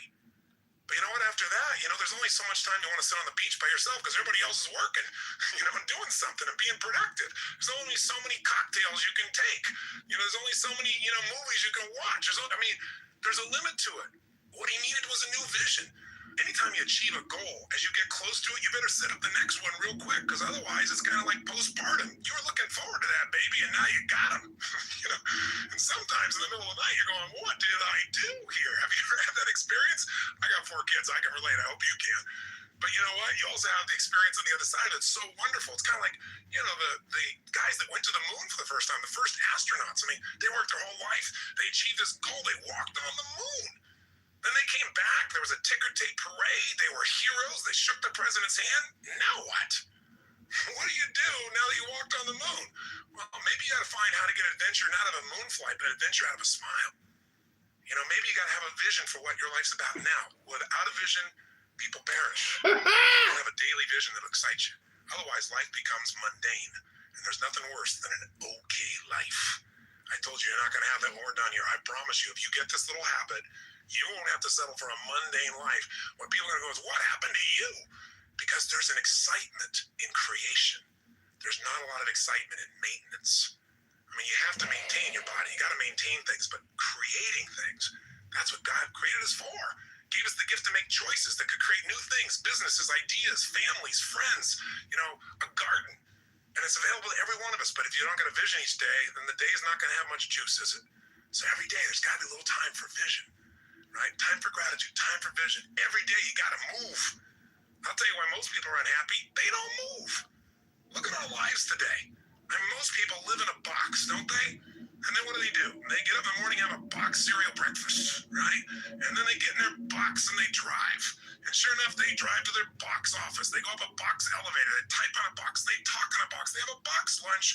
They drive their box home. They turn the box to be entertained. And maybe they just really go for the variety and have a cylinder to try and change their state. Listen, life has got to be about movement. When you move, you're alive. Emotion comes from motion. The more you move, the more you feel. Motion in your voice. For me to have this voice change, I'm changing the way I move. You saw me right now, you think I'm a maniac because I'm moving different ways, but that's how you feel. And by the way, the less you move, the less you feel, the less alive you are. If you're totally rigid, totally inflexible, no movement, this is known as death, right? So if you have emotionally, you're stuck, move. So every day you gotta move. Now, that can be a simple, gentle form of exercise, but it's something that's got to happen. And by the way, if you want a great relationship with anybody, what do you got to have? Some time with them, don't you? How about you? How about you? And not only do you have to have time with them, but maybe have a conversation with them. And most of us got conversations in our head, but we're not directing them. So we're going to show you each day how to have a conversation that you direct. A way of directing your mind, of shaping your mind, of conditioning your mind. It's kind of like going to the gym and just getting in the best shape of your life, but it's the best mental, emotional, spiritual, physical shape. And you don't need me to do it. I don't have to follow you around the rest of your life. This is going to be something you're going to do for yourself. I'll be here for the first 7 days or 14 if you decide to do these 2 weeks with me. And if you want to visit with me again, great. Or come see me at a seminar. I'd love to meet you, but you don't need me. I'm not here to create dependency. I'm here to remind you what you know is true, just to create some habits that will create the result you want. So, how does it work? Well, let's do this first. It's time for you to make some discoveries. The quality of your life is the quality of the consistent emotions you experience. I'll say that again.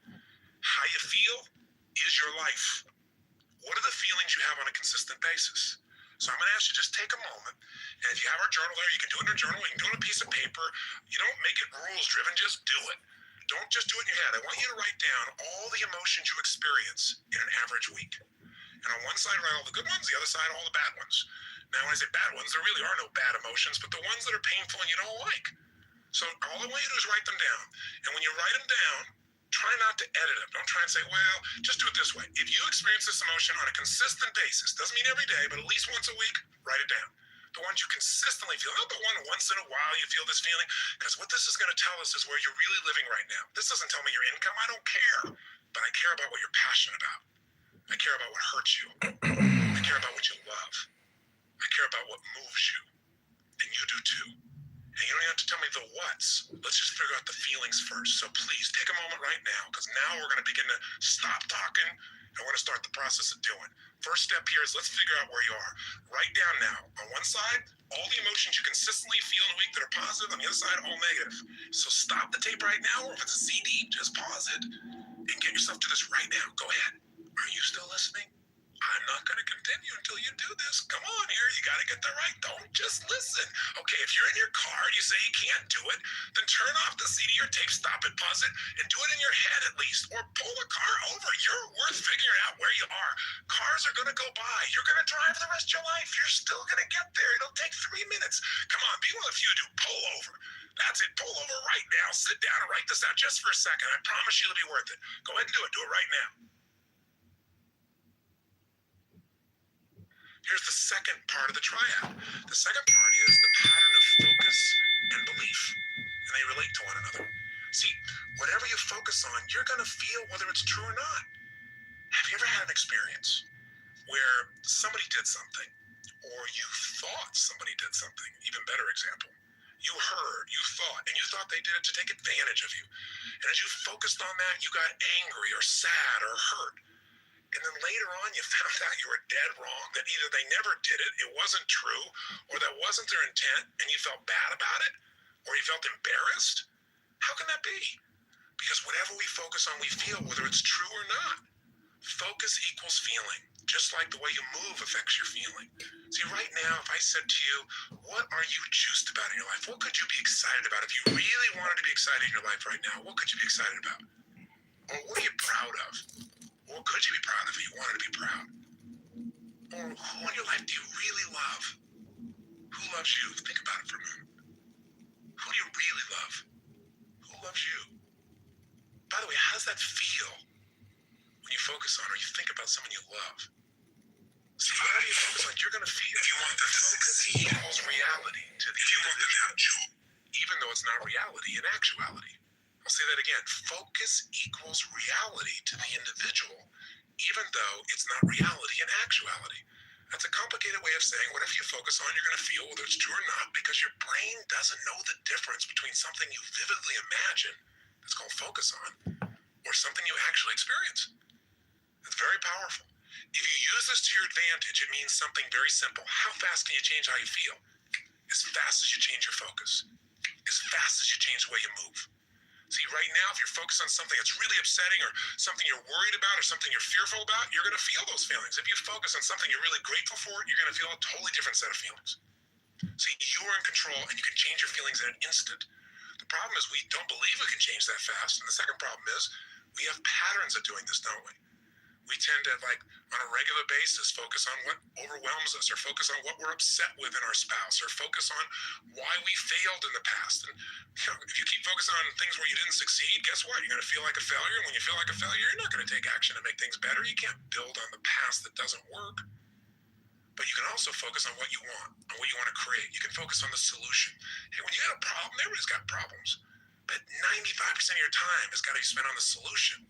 5% on the problem. Most of us spend a lot of time describing the problem more and more and more and more detail. We wonder why we feel overwhelmed. Focus is the secret key to changing, and you can do it in an instant. One way to change your focus is to change the third thing, your language patterns. See, all day long we're thinking. What's thinking? All day long you're asking and answering questions with yourself. Should I do this? What does this mean? Why is this? Where is this going on? That's what initiates thinking, is a question. But the problem is we have patterns of questions we ask that don't serve us. Some of us ask questions like, how come this always happens to me? Well, it doesn't always happen to you, but if you ask a lousy question like that on a regular basis, your brain goes, because you're an idiot. How come I can never lose weight? Well, you can lose weight, but ask a lousy question, ask and you shall what? You receive. How come I can never lose weight? Your brain says, because you're a pig. Come up with a better question, for God's sake. See, questions direct us. Questions are a form of language. And if you want to change your life, one of the things I have people discover is what questions you're asking, and also what phrases do you say a lot?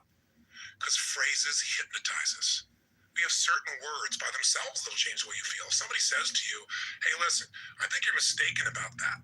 You might have one feeling. They go, you're wrong. You feel something very different just by the language. If somebody says you're lying, you have a whole different feeling, don't you? One word can change the way you feel when someone else speaks it to you. The words you select powerfully affect you. Not only just being positive and doing the Stuart Smalley thing where you got positive self-talk, right? And you say, I'm good enough, I'm strong enough, and by golly, I need the habit of the words and the emotions they create. And then third part of language is the phrases that you say with such emotional intensity that you start to believe them. We call those incantations. An incantation is like, if you remember studying mythology, a sorcerer would tell a prince over and over again a phrase over and over again with such intensity that he'd be hypnotized and he'd think that he was a frog. And so, of course, he was a frog. That's what he experienced. We experience whatever we focus on. We feel whatever we picture. We feel whatever we say to ourselves. We feel whatever we do with our bodies. Those are the three patterns. If you change those three patterns, any one of the three, you're going to change how you feel. If you change all three, you're going to radically change how you feel. If you change the pattern of how you use your body. Immigrants over big. I'll be the start. When I get elected governor, I'll still be a pass, a certified. If you change the pattern of what you say to yourself with the emotional intensity you say it, You're gonna change the pattern of how you feel. this house for 2 years and become a very godly man. I feel that way. What do I do with my body when I'm in that I will state? defend, but start by saying, When I'm feeling that good, what do I focus on? What do I really focus on? And by the way, what does it mean to me when I focus on it? Because you can focus on something and one person looks at it and says, because that happened, that's why I can never be close to another man or woman in my life. That's why I can never trust again. And somebody else had the same experience. They go, because that happened, you know what? strongly So much about myself. Because that happened, I appreciate the person I'm with now so much. You can't have a foreground without a background. Right? That's the secret to life. See, one person believes their life is over because something's happened. They gave it that meaning. Somebody else says, God's challenging me. It's time to go to the next level. We have absolute choice. We have absolute control about how we feel. And whatever feelings we put in our lives on a regular basis will determine the quality of our lives. So you can have frustration, anger, upset, overwhelm, insecurity. You can be fearful. You can live in a state of guilt, worry, whatever. Or you can live in a place called passion, joy, thankfulness, gratefulness, connection, love. And if you create those emotions on a regular basis, are you going to have a different life? You bet you are. Okay, so how do we take these three understandings and make it so we don't have to think about it, but we actually, on a regular basis, condition ourselves to have the great emotions we want and get rid of the emotions you don't want? Well, first step is awareness. See, next time you start to feel like, oh, I'm so frustrated, I'm so angry about this, notice what you're doing with your cheeks. What are you doing with your mouth? What happened to your breathing just now to do that? What's happening to your eyebrows? Are you tightening your fingers in your hands? Because we all have very specific things we do to get into our version of anger or frustration or tired or overwhelmed. Does that make sense? Just notice what's happening in your body. Say, okay, I'm not breathing. That's a clue. Let me start with a little change there. My mouth is so tight I can't even talk. That might be a clue why you're a little uptight. So loosen your jaw. Second thing, okay, what am I focusing on? I'm focusing on how, this isn't working. Now, to help you understand the belief part, ask yourself, in order to feel this way, what would I have to believe? In order to be frustrated, what would I have to believe? I have to believe that it should be better than it is, and it's not, and it's not working. Well, maybe it isn't working, but is that going to help you to focus on it isn't working? Let's focus on what we can do. Or if you say, I feel like it's hopeless because in order to feel hopeless, I have to believe that there's nothing I can do. Is that really true? Is there nothing you can do? Or are you just caught up in a state? Or are you just caught up in a pattern? See, if you ask yourself, what do I have to believe to feel this way? It'll help you to break that part of the triad, because you'll start to say, yeah, that isn't really even true. All right, so that'll help you there. Third part of awareness is say, okay, what am I saying to myself? Why do they do this? How come they always do these things? Why don't they ever listen? Well, I'm asking a lot of lousy questions, because they may listen sometimes, but I'm saying they don't. I'm saying it with total intensity. Of course I'm going to feel bad. Let me change what I'm saying. Let me change what I'm asking. How can I turn this around? What do I need to focus on to make this work? What's the truth here? Maybe I can't control it all, but I can control what it means to me. What does this really mean? If you just have that awareness and you break your pattern, you can get out of a negative emotion in a moment. Then you can say, well, how do I want to feel? To feel like that, what would I have to do with my body? To feel like that, what would I have to focus on right now? What would I have to believe? I have to believe, I can turn anything around. I may not like it, but I can make it happen. It's just another challenge that God's given me to sculpt my muscles, right? Sculpt my soul. Throw it at me. God's the greatest trainer on earth, because a great trainer, when you think you got nothing left, what do? They go, give me 6 more. You go, 6 more? I only have 1 more. But, they say, yes, you do. And sure enough, you got at least 3 more in you, and you develop real muscle. And now you're stronger. And what used to be hard now gets to be easy next time because you've been through it. That's what this is about. So now you have some emotions that you really want. How do you create them? And you have some emotions you don't want. How do you get rid of them? What if I told you literally could change how you feel in an instant? Well, this is true from your past experience at times, right? There are times, like we said earlier, where you're totally upset and then something got your attention and now you're laughing. People can be literally at a funeral and they're in a terrible place and all of a sudden something cracks them up. I mean, it's pretty rare, but it has happened. People can be in a place where they're in the worst situation and somehow they find all their determination. How to do that specifically is what I want to show you real quickly now. And I'm going to give you a quick overview of it, but I'll give it to you in 3 parts. 3 things you need to feel anything. These are the reasons why you feel anything. In other words, if you feel sad or upset or frustrated or depressed, there's only 3 reasons. And if you change any one of these 3, you're going to change how you feel. And if you change all 3, you'll change how you feel completely. If you're feeling happy, if you're feeling excited, if you're feeling euphoric, if you're on a roll and you want to know why you feel that way, maybe great things are happening in your life, but there's a reason why you feel that way in this moment. Sometimes you have great things happen in your life and you still feel great. So how do you do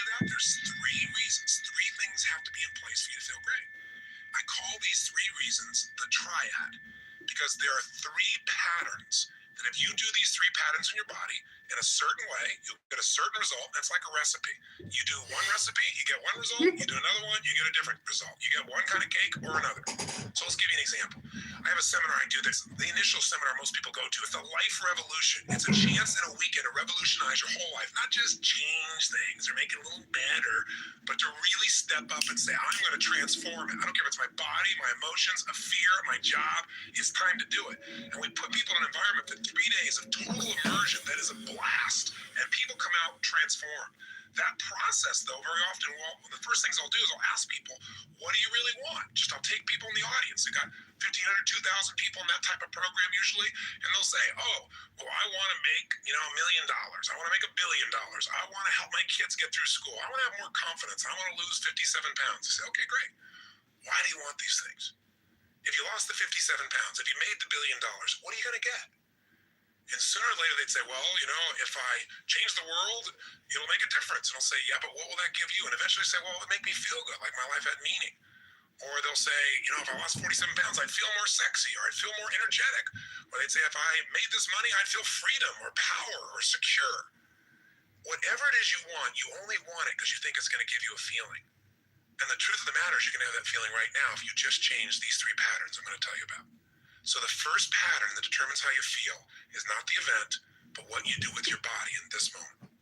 Right now, your feeling, whatever you're feeling right now as you're listening to me, is related first to how you're using your body. If you're slumped over, if you've not been using it, if you're tired, you probably feel different than if you're listening to me walking right now as an example.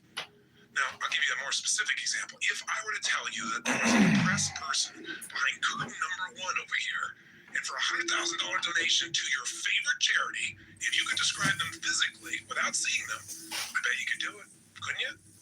What's their posture like? Say it, or think it at least. You can say it, no one's going to hear it. You're probably in the car, you're walking, people talk on phones all the time. They don't know what's going on. Speak to me. Seriously, what's their body like? First, their posture's probably what? Slumped. Where are their eyes? Down. Where's their head? Down. What's their breathing like? Full or shallow? Of course it's shallow. Their facial expression, up and tight or slack? You know it's slack. Now, how come you know all these things without me telling you? Because you've practiced this stuff before, haven't you? We all have if we've ever experienced this. Now, if you do this with your body, I don't care who we are, if you do these things to your body, you're going to feel lousy. You're going to feel depressed.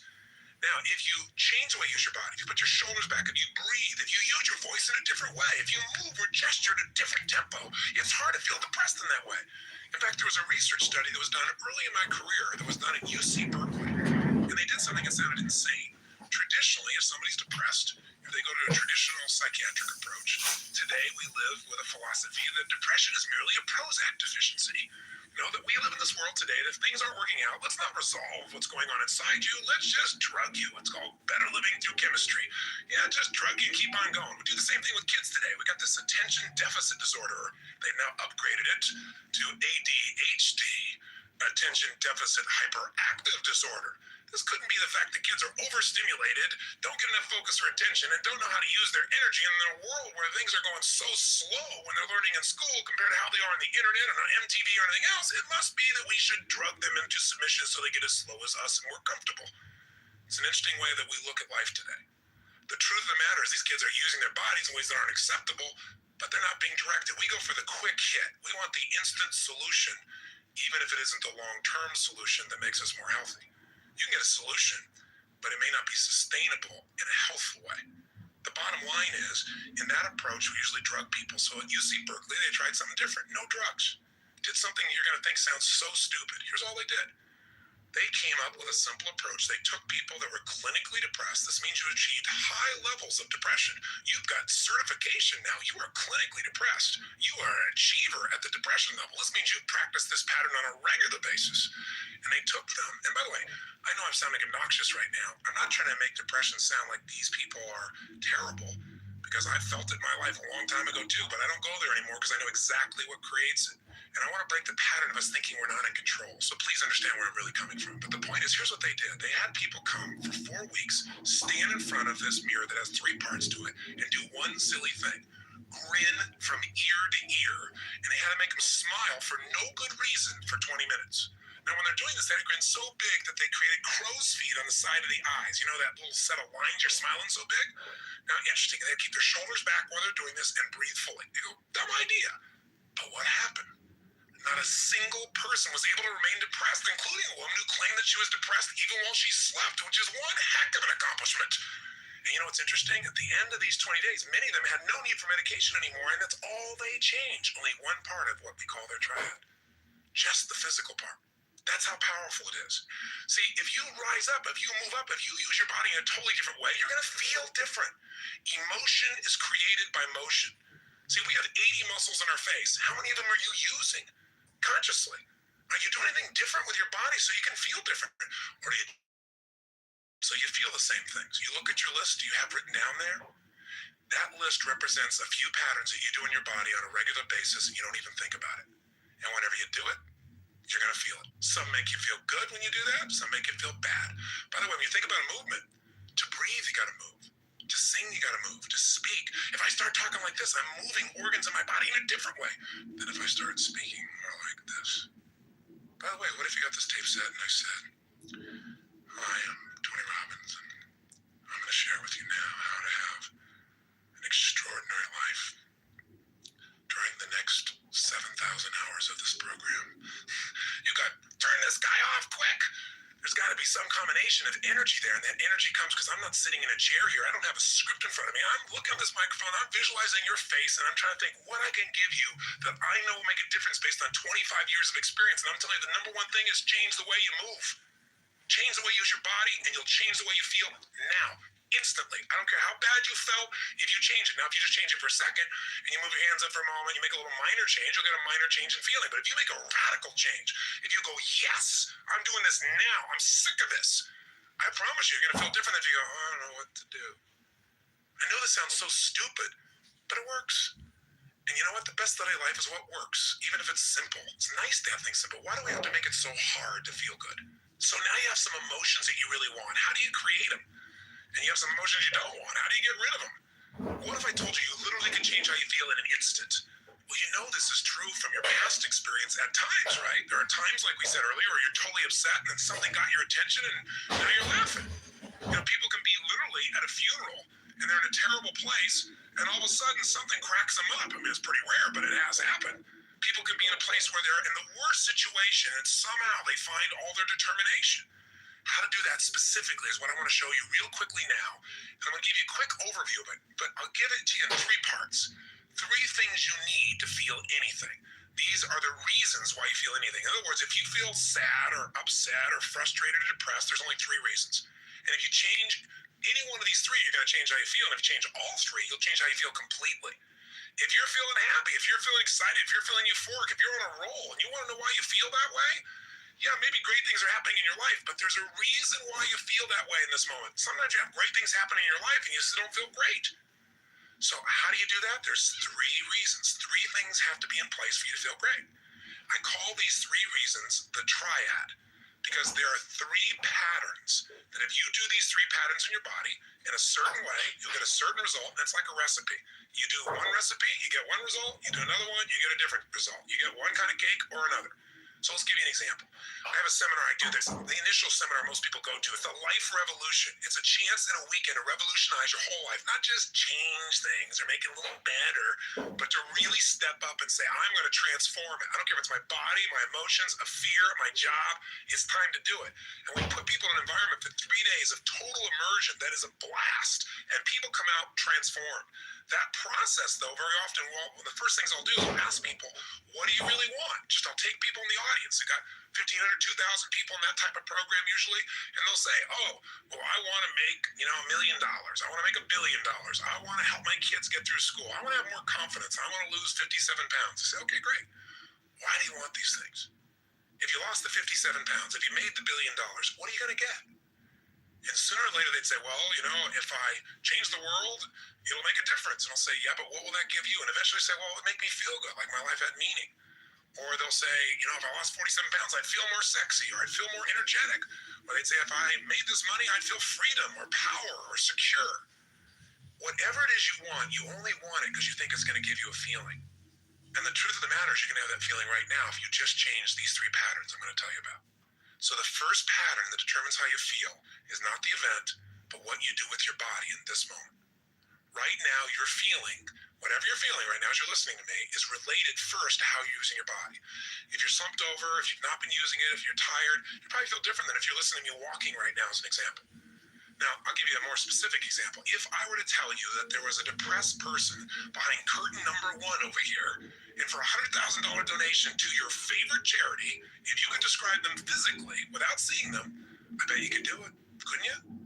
What's their posture like? You know, say it or think it at least. You can say it, no one's going to hear it. You're probably in the car. You're walking, people talk on phones all the time. They don't know what's going on. Speak to me. Seriously, what's their body like? First, their posture's probably what? Slumped. Where are their eyes? Down. Where's their head? Down.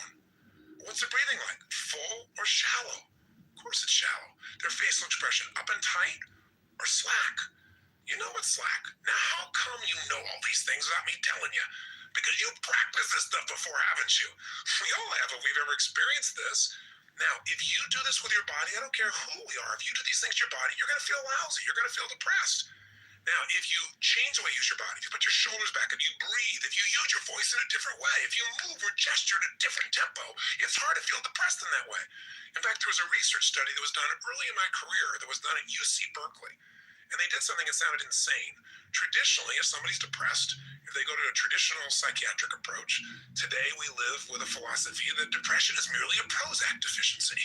You know, that we live in this world today, that if things aren't working out, let's not resolve what's going on inside you. Let's just drug you. It's called better living through chemistry. Yeah, just drug you and keep on going. We do the same thing with kids today. We got this attention deficit disorder. They've now upgraded it to ADHD, attention deficit hyperactive disorder. This couldn't be the fact that kids are overstimulated, don't get enough focus or attention, and don't know how to use their energy in a world where things are going so slow when they're learning in school compared to how they are on the internet and on MTV or anything else. It must be that we should drug them into submission so they get as slow as us and we're comfortable. It's an interesting way that we look at life today. The truth of the matter is these kids are using their bodies in ways that aren't acceptable, but they're not being directed. We go for the quick hit. We want the instant solution, even if it isn't the long-term solution that makes us more healthy. You can get a solution, but it may not be sustainable in a healthful way.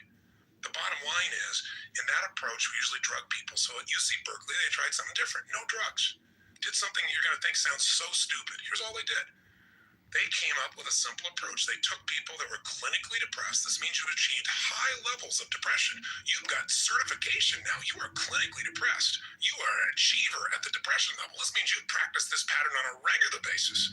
And they took them. And by the way, I know I'm sounding obnoxious right now. I'm not trying to make depression sound like these people are terrible, because I felt it in my life a long time ago too, but I don't go there anymore because I know exactly what creates it. And I want to break the pattern of us thinking we're not in control. So please understand where I'm really coming from. But the point is, here's what they did. They had people come for 4 weeks, stand in front of this mirror that has 3 parts to it, and do one silly thing. Grin from ear to ear. And they had to make them smile for no good reason for 20 minutes. Now, when they're doing this, they had to grin so big that they created crow's feet on the side of the eyes. You know that little set of lines you're smiling so big? Now, interesting, they keep their shoulders back while they're doing this and breathe fully. They go, dumb idea. But what happened? Not a single person was able to remain depressed, including a woman who claimed that she was depressed even while she slept, which is one heck of an accomplishment. And you know what's interesting? At the end of these 20 days, many of them had no need for medication anymore, and that's all they changed. Only one part of what we call their triad. Just the physical part. That's how powerful it is. See, if you rise up, if you move up, if you use your body in a totally different way, you're going to feel different. Emotion is created by motion. See, we have 80 muscles in our face. How many of them are you using consciously? Are you doing anything different with your body so you can feel different? Or do you do the same things so you feel the same things? You look at your list you have written down there. That list represents a few patterns that you do in your body on a regular basis and you don't even think about it. And whenever you do it, you're going to feel it. Some make you feel good when you do that. Some make you feel bad. By the way, when you think about a movement, to breathe, you got to move. To sing, you got to move. To speak. If I start talking like this, I'm moving organs in my body in a different way than if I start speaking more like this.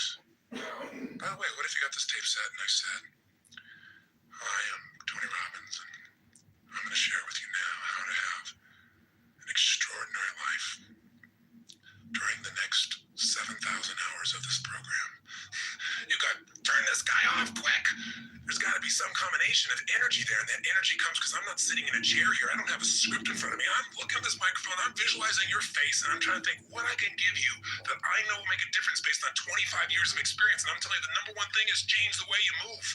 Change the way you use your body, and you'll change the way you feel now, instantly. I don't care how bad you felt, if you change it. Now, if you just change it for a second, and you move your hands up for a moment, you make a little minor change, you'll get a minor change in feeling. But if you make a radical change, if you go, yes, I'm doing this now, I'm sick of this, I promise you, you're going to feel different than if you go, oh, I don't know what to do. I know this sounds so stupid, but it works.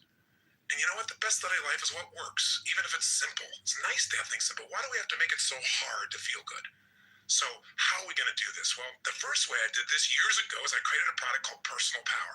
You probably saw it on TV because I obliterated the airways with it. And I was on television every 30 minutes, 24 hours a day for more than 10 years consistently, somewhere in North America, the United States or Canada. That's an actual statistic.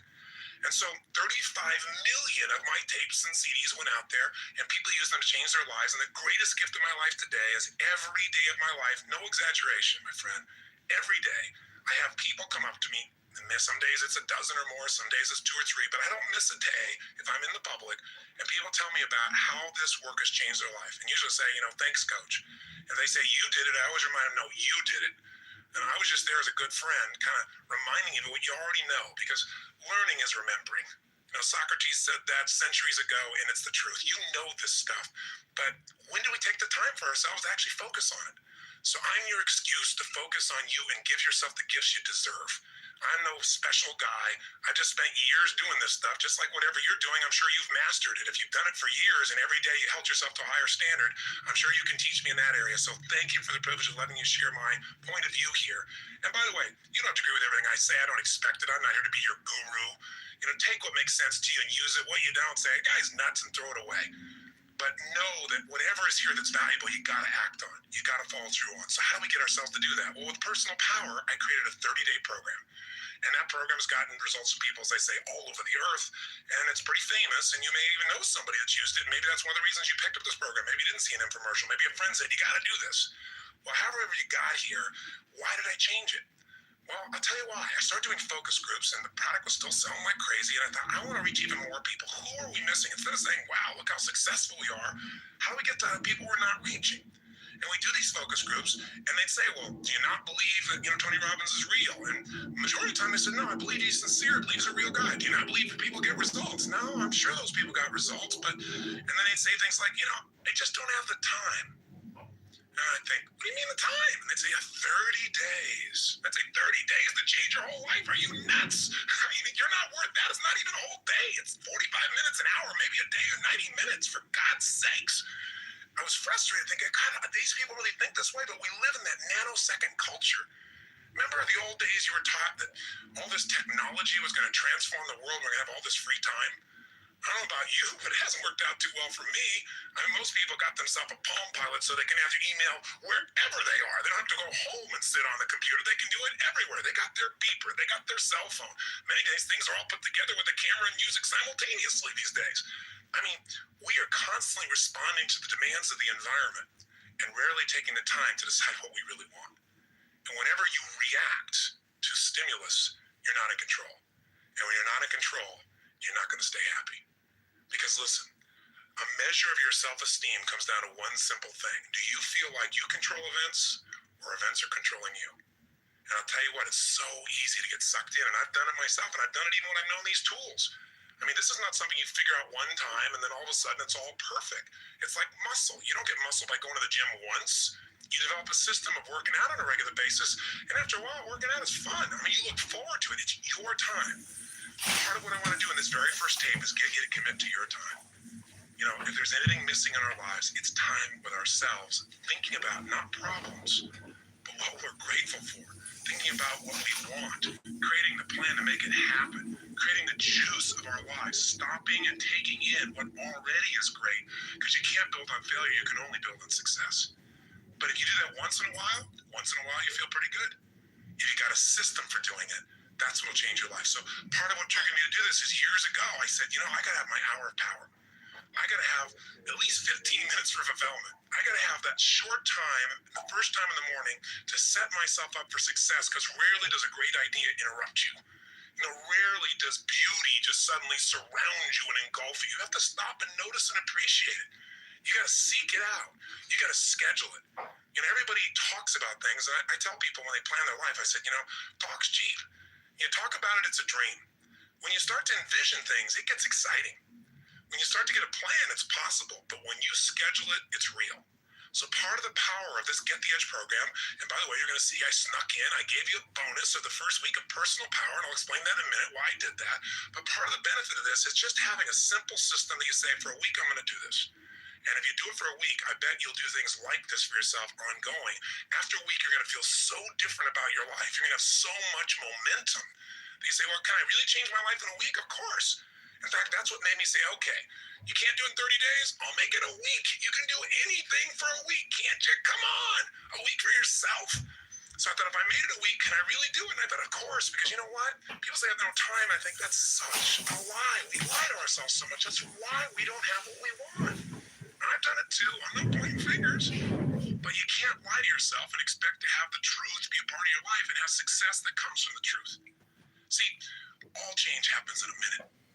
You gotta remember the power of a minute. In 1 minute, you could change everything in your life. In 1 minute, you can say, never again. Never. As the Jewish people have said in their country. They set a standard there, and they said, we will never go to a Holocaust again. It will never occur again. But when a human being gets that point of never again, it takes a minute. In a minute, you can also do some other things. In a minute, you can look somebody in the eyes like you've never looked at them before. In a minute, you can hug somebody like you've never hugged them before. In a minute, you can say the words, I love you, and mean it at a level you've never meant it before. In a minute, you can say, I quit, or let's begin, or it's over, or I do. Think of the minutes of your life that have changed who you are. And I gotta promise you, in these little boxes, we got a lot of minutes. We got a lot of them in here. Minutes, there's moments right at the point you think, this guy's insane, and I'm going to turn this off. You stay there a little bit. I can just tell you because I've done it for years. It's different from somebody else. One phrase will wake something up inside you. I'm not going to give you anything. It's all inside you. But when it wakes up, baby, it is time to move it. And I don't have to tell you that. It'll just happen. You'll suddenly say, this is it, no more. And it's kind of like that Pearl Harbor movie when, you know, you see them come diving down and the Admiral should be celebrating. And they say, Admiral, we've got this great victory. And he says, oh, I fear we've awakened a sleeping giant. And inside of each of us is that giant. It's a giant of emotion, because that's where it starts. It's the emotion.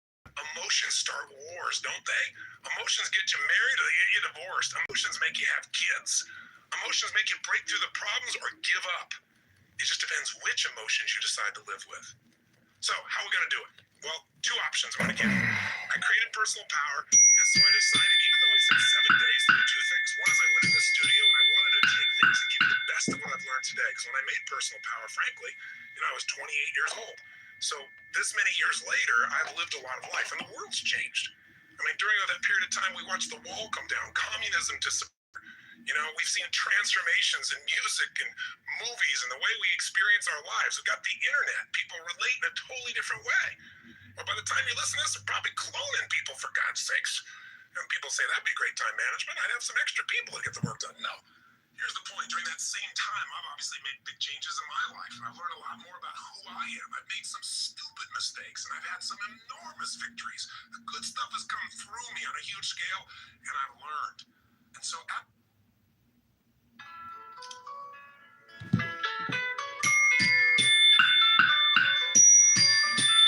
one of the century's most eloquent philosophers, Alan Watts introduced a generation in the West to the fascinating ideas of the Far East, the wisdoms of the Orient. In the 1960s and early 70s, he lectured throughout the English-speaking world and was recorded in a variety of settings, from seminars aboard his ferry boat, the Vallejo, in Sausalito, California, to keynote addresses at major universities. The author of books on Christian theology, psychology, ecology, and Eastern religion, including his classic The Way of Zen, Watts' scholarship is deep and timeless. However, it is also his wit and playful approach to life that endears him to us today. It has become extremely plausible that this trip between the maternity ward and the crematorium is what there is to life. And we still have, going into our common sense, the 19th century myth, which succeeded the ceramic myth in Western history. I call it the myth of the fully automatic model. Man is a little germ that lives on an unimportant rock ball that revolves about an insignificant star on the outer edges of one of the smaller galaxies. But on the other hand, if you think about that for a few minutes, I am absolutely amazed to discover myself on this rock ball, rotating around a spherical fire. It's a very odd situation. And the more I look at things, I cannot get rid of the feeling that existence is quite weird. I know that. See, a philosopher is a sort of intellectual yokel who gawks at things that sensible people take for granted. And sensible people, existence is nothing at all. I mean, it's just basic. Just go on and do something. See, this is the current movement in philosophy. Logical analysis says you mustn't think about existence. It's a meaningless concept. Therefore, philosophy has become the discussion of trivia. No good philosopher lies awake nights worrying about the destiny of man and the nature of God and all that sort of thing, because a philosopher today is a practical fellow who comes to the university with a briefcase at 9 and leaves at 5.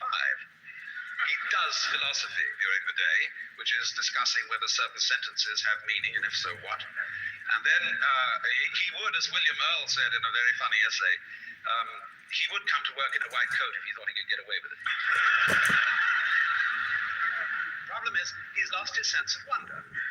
Wonder is like, in modern philosophy, something you mustn't have. It's like enthusiasm in 18th century England. It's very bad form. But you see, I don't know what question to ask when I wonder about the universe. It isn't a question that I'm wondering about, it's a feeling that I have.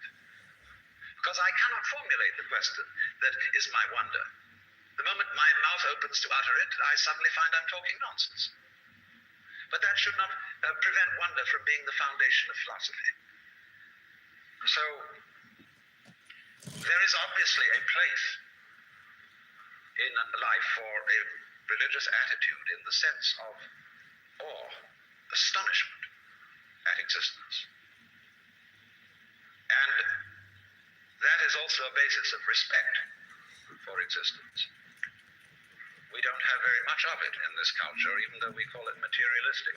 In the culture that we call materialistic today, we are, of course, bent on the total destruction of material and its conversion into junk and poisonous gas as quickly as possible. This is not a materialistic culture, because it has no respect for material. And respect is, in turn, based on wonder, on feeling the marvel of just an ordinary pebble in your fingers.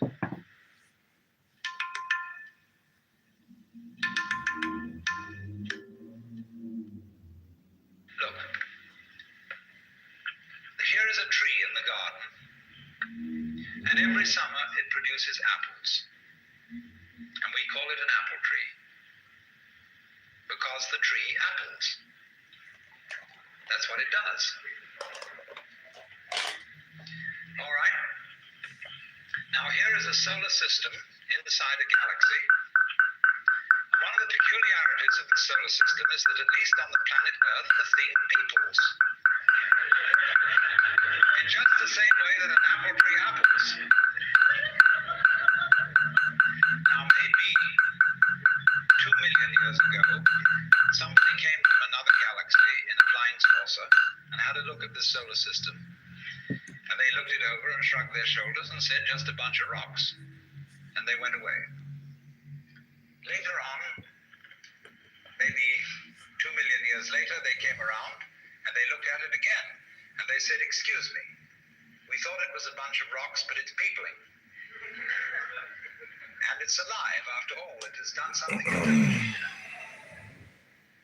Because you see, we grow out of this world in exactly the same way that the apples grow on the apple tree. If evolution means anything, it means that. But you see, we curiously twist it Well, first of all, in the beginning, there was nothing but gas and rock. Oh my God, I can't And then believe it. intelligence happened to arise in it. I'm listening to Alan Watts. What are you doing? Oh, just watching YouTube. What's up? Nothing. I'm sitting here playing my Japanese Zen drum.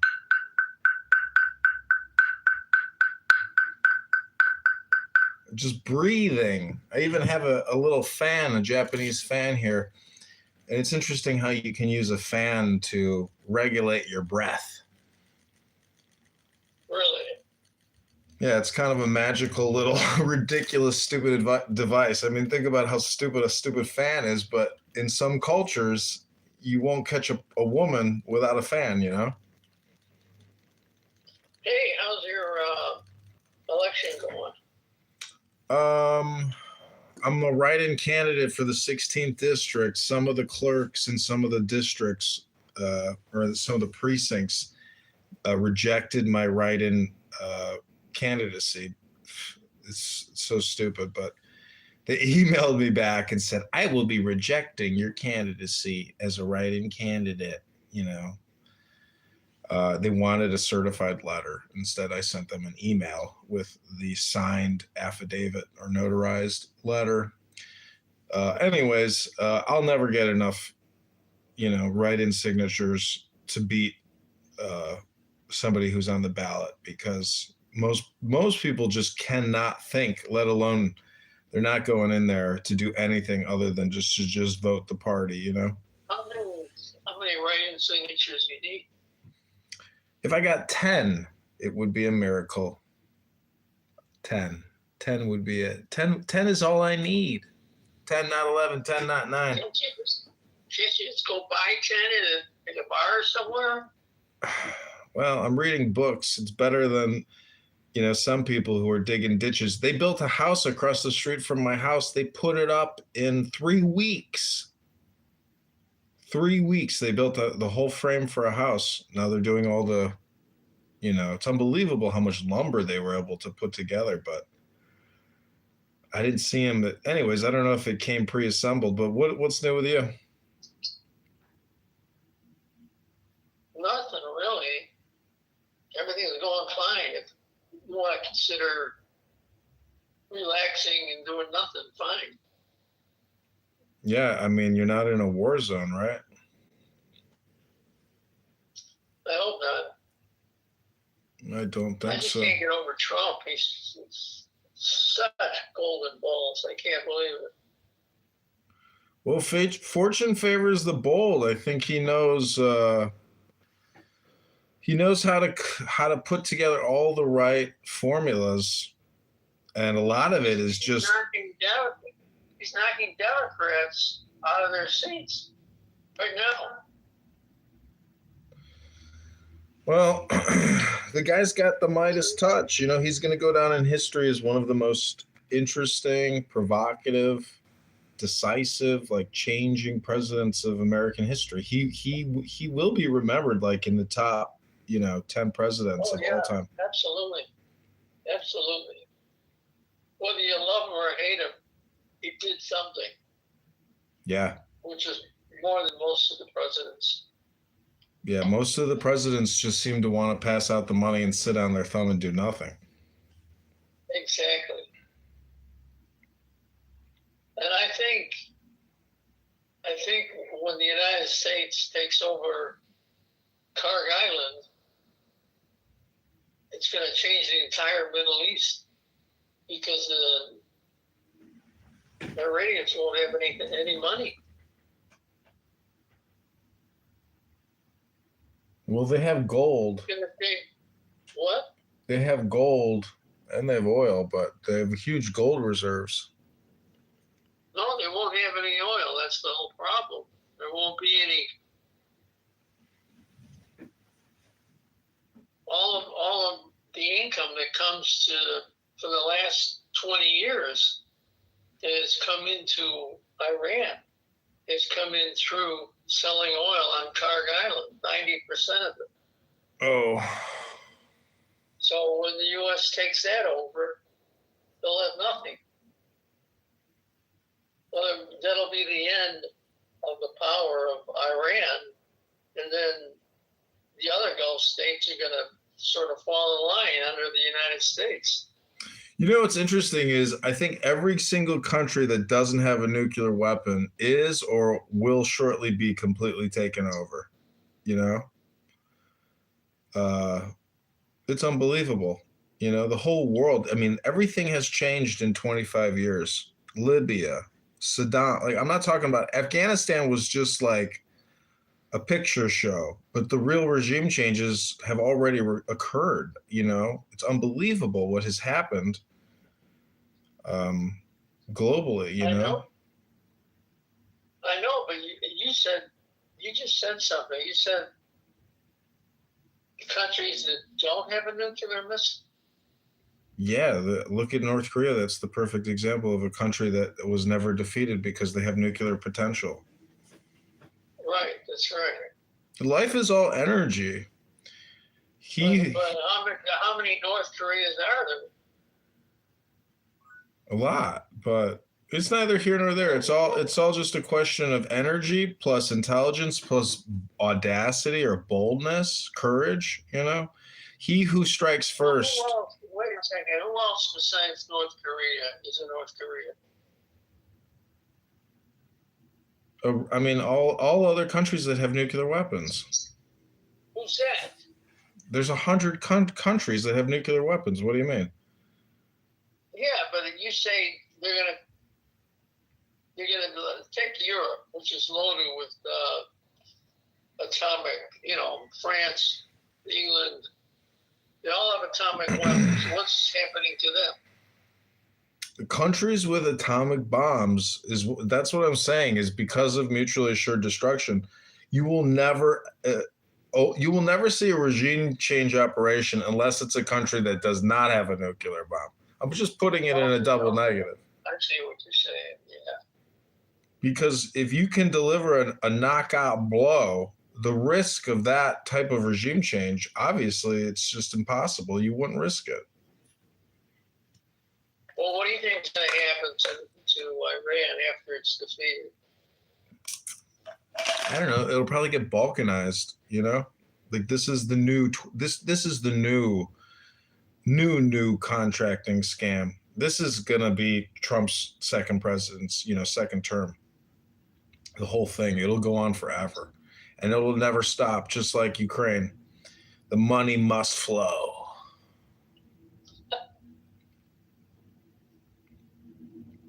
There was a guy who used to say that all the time on YouTube.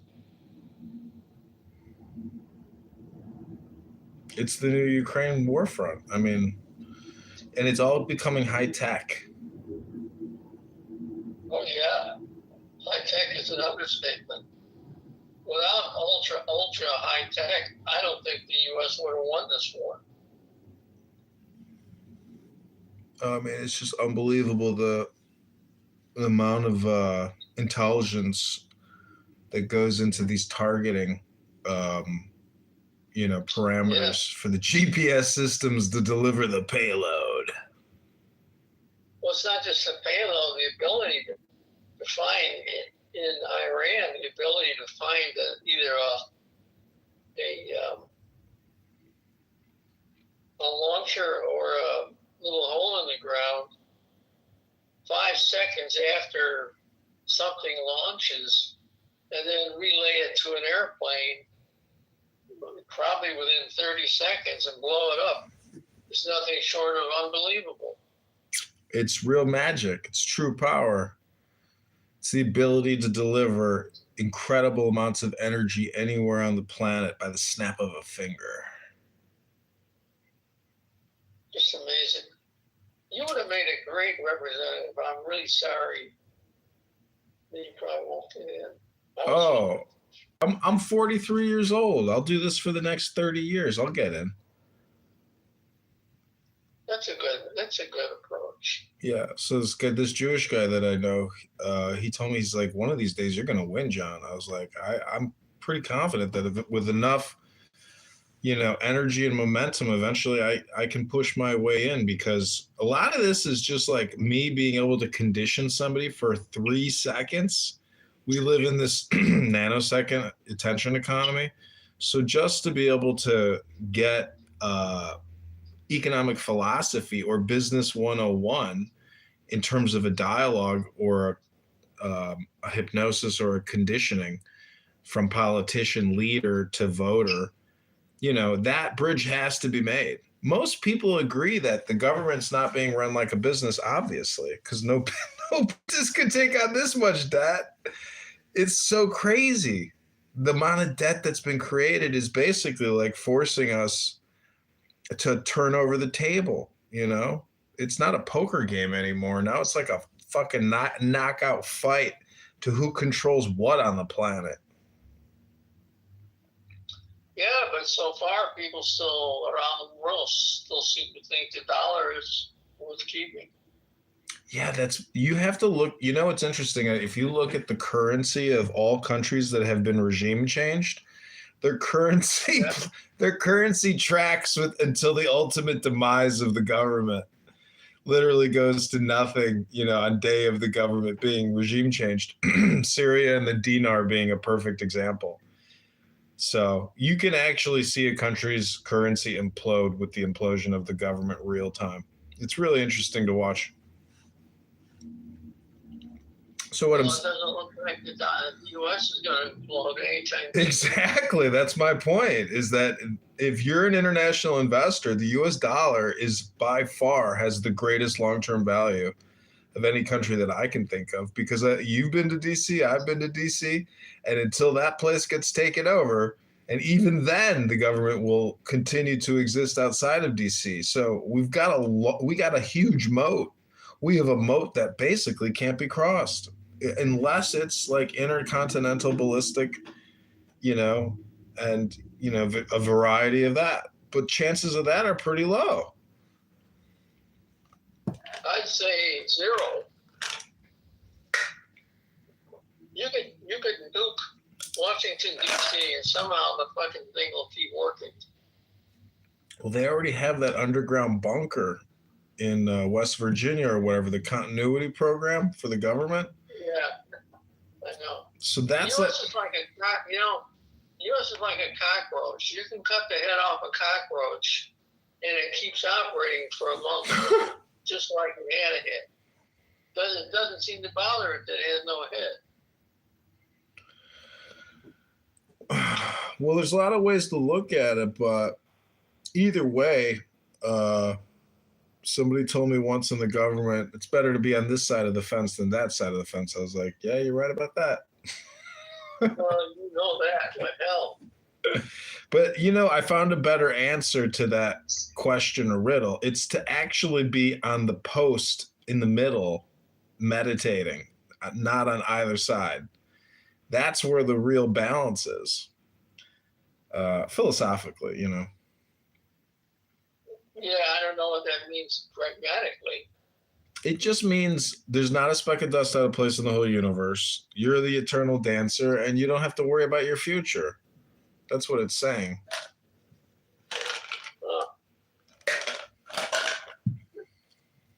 I thought you needed about 5,000 signatures to get on the ballot.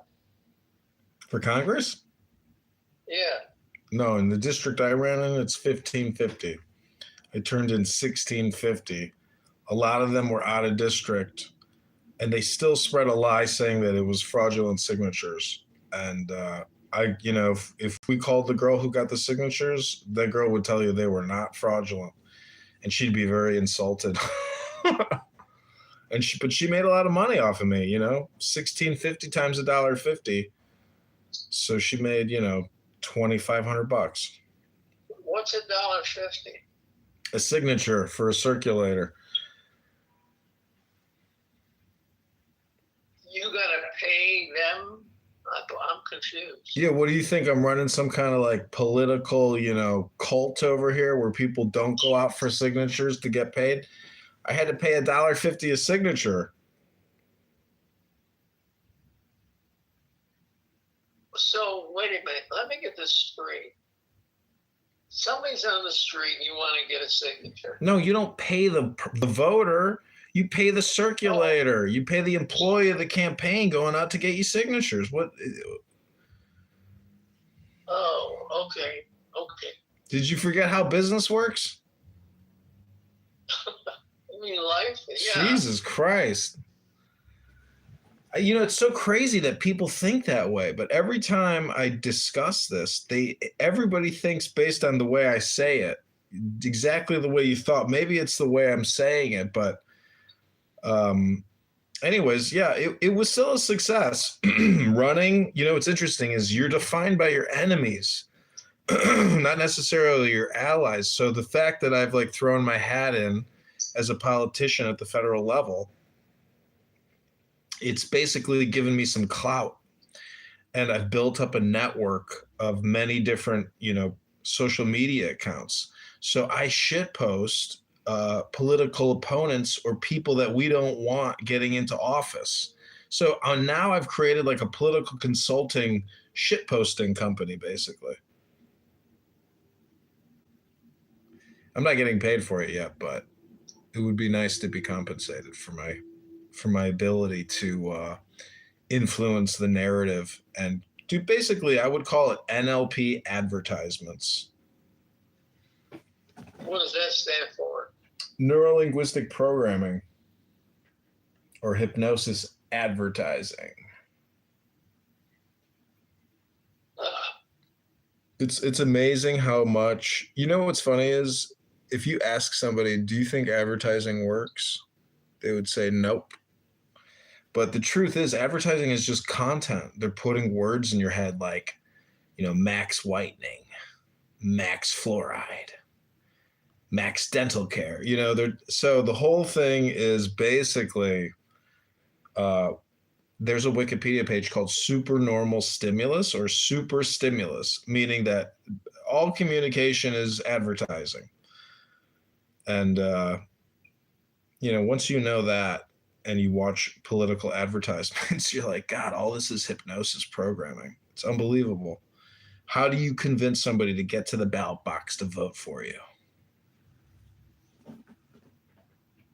Well, so right now, you're just living in your house. Do you have your apartments rented?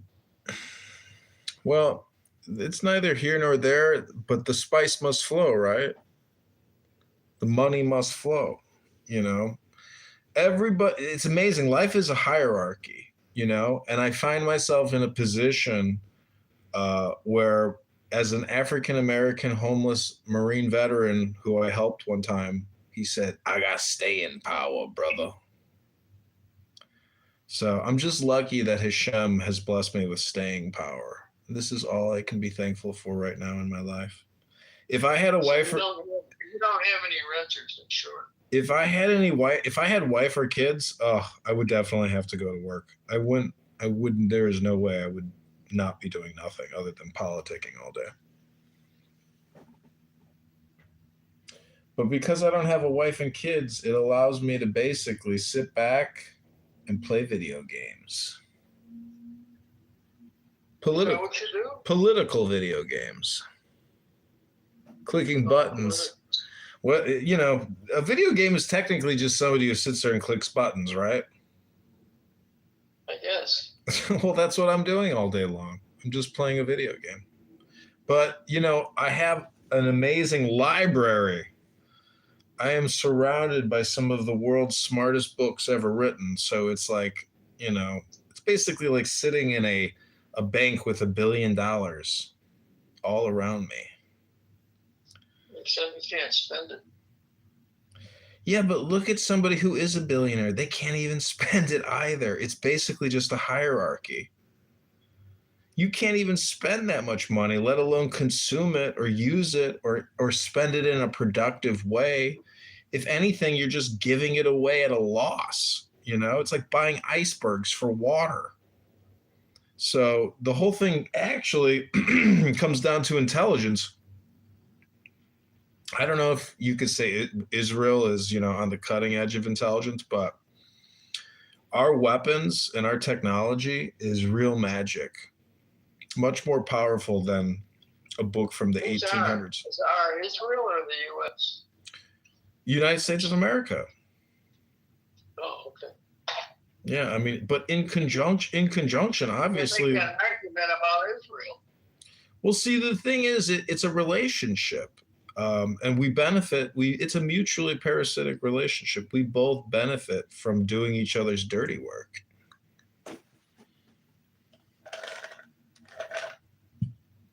Everybody benefits, but it's a question of for how long. Because when there's no more enemies, then what? Then we have 100 years of peace. It's peace is coming. Peace is right around the corner. Really? There's not going to be many more enemies left. Once Iran is taken out, the global order will be, basically we'll go back in time 100 years. It'll be a huge reset. I mean, there's still going to be terrorism because there's crazy people. What about Russia and China? You think they're quitting? That's half the world. The rest of the world is the West, Europe and America, and South America. I mean, basically, North America and South America is going to become, its own hemisphere, but we're still a small part of the planet. When you look at Eurasia and India, and that there's billions and billions and 3 billion people living there, like they make the rest of the world insignificant. 2 out of every fucking 5 people, 2.5 people, half the world is located in one spot of the world. That's crazy. It's basically per capita. Do you know the GDP of China and India? It's now 2 to 1. Like we're insignificant. We're number 3. We're the 3rd biggest GDP on the planet. And we're going to just keep dropping because we're just going to keep borrowing. We have to. We can't stop. But that's because we have the world's greatest military. It's just, we have these fleets, these nuclear powered fleets of tremendous striking power with literally thermonuclear detonators that we can adjust to determine how much of an area we want to obliterate. It's all totally, bitted up, zeros and ones as far as the eye can see. You can't stop us. I think we're like the Borg, submit and be assimilated. That's it. There's no turning back. I mean, Trump crossed the Rubicon at 2 a.m. I mean, he has taken out the Ayatollah. He has taken out 80% of the executive committee. I mean, he has obliterated their military capabilities. And he's pounding them, day and night and day. Have you heard the Trump Iran song? Trump what? There's a song somebody made, like this really creepy music video of Trump singing, that he's going to bomb Iran night and day. No. It's from a famous 1980s, music video, but it's really creepy. But it's a brilliant song, but it's so creepy. It's almost like nihilistic, But I'm really glad that Trump did this because, when you shed some light on the situation, you realize, oh my God, thank God he did it because it would have only gotten worse, Thank God. Well, he's either super brilliant or super stupid and got lucky. I think a lot of it is luck because, the whole Venezuela operation, the element of surprise, he has been able to capitalize on surprises in a way that only he, could be. That's why I say it takes courage and boldness. Like only with his type of gambler's attitude could any of this have been possible. Look, they gave if you go back, he wasn't really brilliant. He's filed bankruptcy 5 times, lost all his father's money. Now he's gained it back, but still. Mm-hmm. Well, ups and downs, downs and ups. There's, it's just pure physics. But he came out on top. This is the thing. It's like an addicted gambler. Did you ever see this movie? I think it was called like Mississippi Down and Out or something. This addicted gambler like rolls it up into the many, many millions in Vegas, and then finally calls it quits at the end. It's an interesting movie. It's fun, but well, if he keeps it, yeah. I mean, keeping it at his stage in life is not an issue. But see, Trump knows. See, you talk as if Trump is like even in the top 1,000 or the top 10,000. He's a small-time player financially, and that's why him and his sons are trying to position themselves to issue a new currency. And you couldn't call him a small-time player. I mean, come on.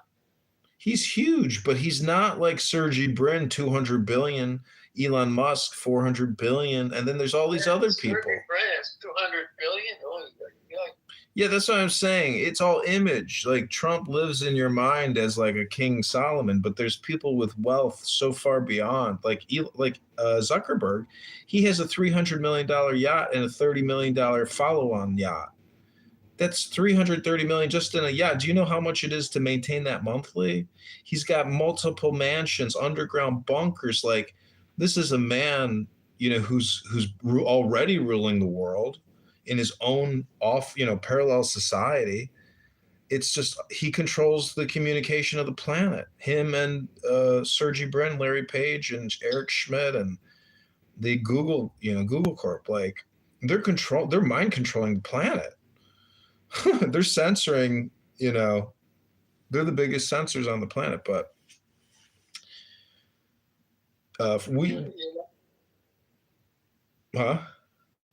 You left out Elon. Yeah, Elon too. I mean, X and what Elon does. I mean, Elon is the king of it all. He's the richest of them all. But everybody still has to obey the same laws, and there's natural laws you can't get around, like mortality. No one has yet invented, a successful way to prevent the same exit door for everybody. So the prognosis and diagnosis for everyone is critical. It just doesn't matter. Like, that's what I'm saying. Like the money is basically a hierarchy when it comes down to it, because you're still stuck with making the same decisions, the same communications as somebody who's worth $400 billion. Yes or no? Yes or no? And then do you get angry over things? I've heard Elon Musk just scream like a madman, no peace of mind, just a lunatic. Pretty controlled every time I've seen him on YouTube. Well, I have him screaming, no Jew politics in here. No fucking Jew politics. I don't want to hear no Jew fucking politics. Like he's, he wants to control shit. And it's fun fucking with people who are control freaks. Well, I think the U.S. owes him a debt of gratitude, even on what's happening with Iran. They took 6,000 of his discs and spread them out in Iran. Well, he's fully integrated. He's fully integrated. He's never going away.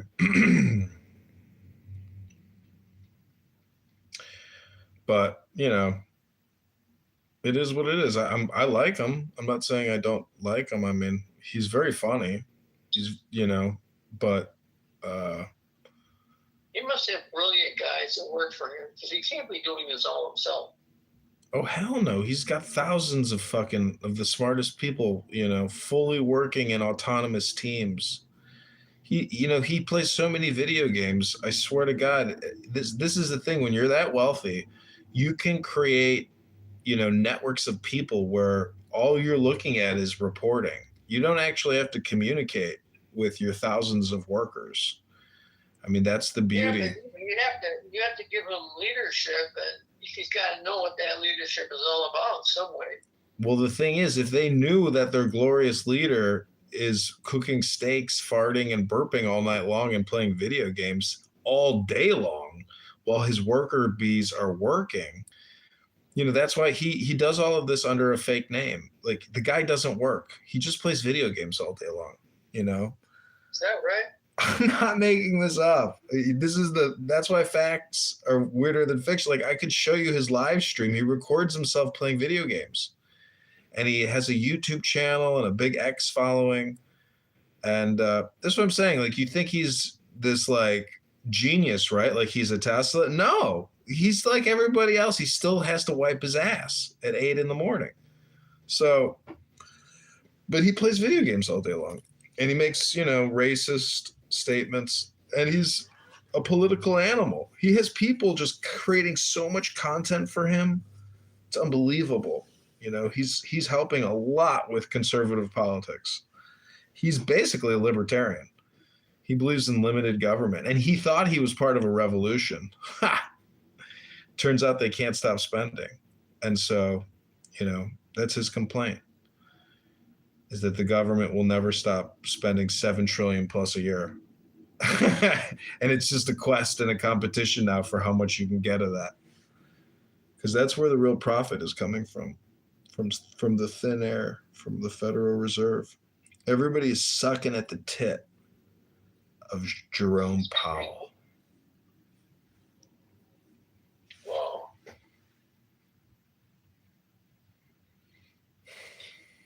Anyway, I'm sorry that you're not going to win. That was hoping. I wasn't going to win. I did this knowing that there was no chance I would win. Like a 0.00001% chance. But never say never, you know? I read about a guy. You know what? You need to get on the path, and you are on the path, so just don't quit it. Yeah, I'm not quitting the path. I'm just, you know, I'm pushing. I every day I'm campaigning. I don't stop. I just keep optimizing and optimizing and optimizing and optimizing and cleaning and organizing and organizing. Like, I'm just, every day I just continue to assimilate like the Borg.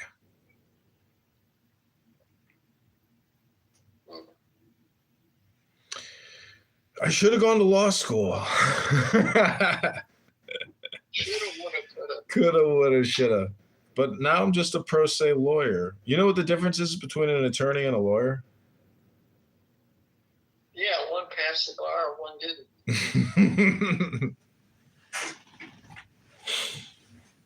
Well, anyways, You're a lawyer if you graduate law school. You're an attorney if you pass the bar. interesting. Well, nothing really new here to report. I mean, all I got to do is just go to the gym, take a schwitz. The craziest thing is there's just not enough time in a day. You know, I wish a 24-hour day was more like a 36-hour day. There's just not enough time to actually do all the things you want to do. So basically, you have to be very discerning and selective on what you're doing every day, and that your process, you know, is optimized and flowing. I mean, your plastic dog toilet invention was a beautiful, brilliant thing. I'm amazed at plastic, you know, and how it's used. Like, I bought these Meta glasses. They're called Quest, 3D glasses. You can literally run a virtual desktop 3D right in front of your face now with 2 controllers. It is the most surreal experience. It's Where's the controllers in your hands? In your hands, left hand, right hand. It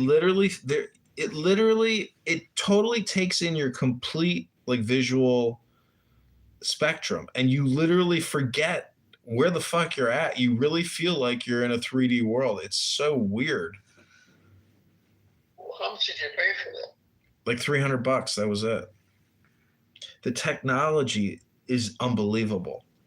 And you can run a computer in front of your face in a 3D world with with a joystick in each hand. And it's literally like running a desktop computer with all the apps. Really? It's the coolest thing. I mean, this is like the next, it is a big thing. And like Zuckerberg and Meta and Priscilla Chan, they're responsible for creating like the first big revolution in technology, in my opinion. These Quest Meta glasses are the combination of like technology and perspective. It is the coolest thing I've ever seen. You're literally looking into darkness, but there are cameras on the front of it, and it reconstructs the room you're in. And you are now in an augmented reality looking through a lens, but you're looking at your room in a 3D environment. It's the coolest technology I've ever seen for $300. It's like, and I've only spent maybe like 2 hours using it, and it was so confusing to use. But I finally kind of figured out how to navigate it, because there's all these buttons on the controllers. Well, And what do you do? I mean, are you using it on a regular basis, or is it just a novelty, or what? no, it's not a novelty type of item. It's something that what's very cool is it's literally like sitting in a movie theater. Like all I'm telling you is like the way it works is so mind blowing that it's probably cooler talking about it than it is even using it, because when you watch a movie, you literally feel like you're in a movie theater and you're looking at a big screen movie theater. The audio is good, but it's just how clear it is. So until you experience it, like you have for $300, man, if you have the money, I would buy it. It is. Do they have either earpieces to it, It's or it just comes out of the audio is embedded in the headset. It's a Meta product. It's Google. It's Meta Zuckerberg, and so, dude, for $300, Wait, so you gotta wear a headset too? it's a headset and two joysticks. Yeah, it is basically the cheapest and coolest computer you could ever buy for $300. It's unfucking believable. It's just a headset. What are you looking at? You're looking at a 3D virtual computer simulator. It's the coolest thing I've ever seen. And it's only $300. It's literally, you take a computer and you put it in front of your eyes, and you have apps and you have a dashboard, and you literally just like navigate a virtual computer. You look at YouTube, you can look at Messenger, you can look at Instagram, you can play 300 different video games. And the quality of it is so good. It's so clear. And you're like, I can't believe, and literally it's dangerous because you forget where the fuck you're at. Like if you do it in your living room that has a mapping system, so you know that you're in a safe area, because part of these games you have to walk around. It's the coolest technology I've ever seen, and it's only $300. It blows my mind. How the fuck? Well, I'm gonna check it out. What's the name of it? Meta Quest. META Quest. Yeah, I only bought it because Amazon had it, for $300. I was like, damn, that's a good deal. $299. I was like, I'll give it a shot. You could always return it, right? Huh? You can always return it. You can, but I would never return it because it's a computer. It's literally a computer, and it's the coolest way to like visualize a computer you've ever seen. It's like unlike anything you've ever experienced. And when you look at it, you look at the lenses, they're like these weird spiral hologram lenses. And when you experience it, you're like, I can't believe how the fuck this is working. It's really good. This is why Meta is like putting out products that are like the future of technology now. Battery things. An hour and a half, and then you just plug it back in, or you could plug it in when you're using it. But it is the first truly really great 3D hologram virtual simulator computer I've ever seen in my life. I've never seen a product like this. I can't tell you just how amazing it is, because I love computers. I love pictures and videos. And so from that perspective, it's like the hottest product I've ever seen. And you don't know the value of it until you actually experience it, because it's such a high quality product that when you start using it, you're just fucking blown away at how good it is. I'm going to check it out. I'm telling you, this is like a cell phone that should be like $3,000, because it's technically a cell phone. You can make calls on it. It's just the coolest product I've ever bought for $300. I'll send you a link so you know get for a sure. battery pack extender for it? No, you just plug it in with your regular charger. You don't need a battery pack extender or anything. Well, what if you're out in the middle of God knows where and it runs out of power? You just plug it in. The battery charger, it's full You're plugging lithium. it, you're in the middle of nowhere and you're gonna plug it in. You gotta have juice, but you're never gonna take it away from your house. You're gonna sit on your fucking couch. That's what I'm telling you. You sit on your fat ass, and you're like in a different world. It's the coolest thing I've ever seen. You don't need to trust me. I'll send you a link, but I'm telling you, I know you love the internet and technology, and honestly, like to use this thing twice a day is like it's just very cool. I've never seen anything like it. It's so good. Yeah, MetaQuest 3. MetaQuest 3. Okay. You can buy one for $499 or you can buy one for $297. I kind of wish I had the one with the more gigabytes, but I went with the cheaper model because I'm like, fuck it. Maybe this thing sucks. Oh, it's got more memory. It fills up really fast. You download a video game, it's 21 gigabytes. So you can download limited shit. And I tried to download everything and I hit a threshold.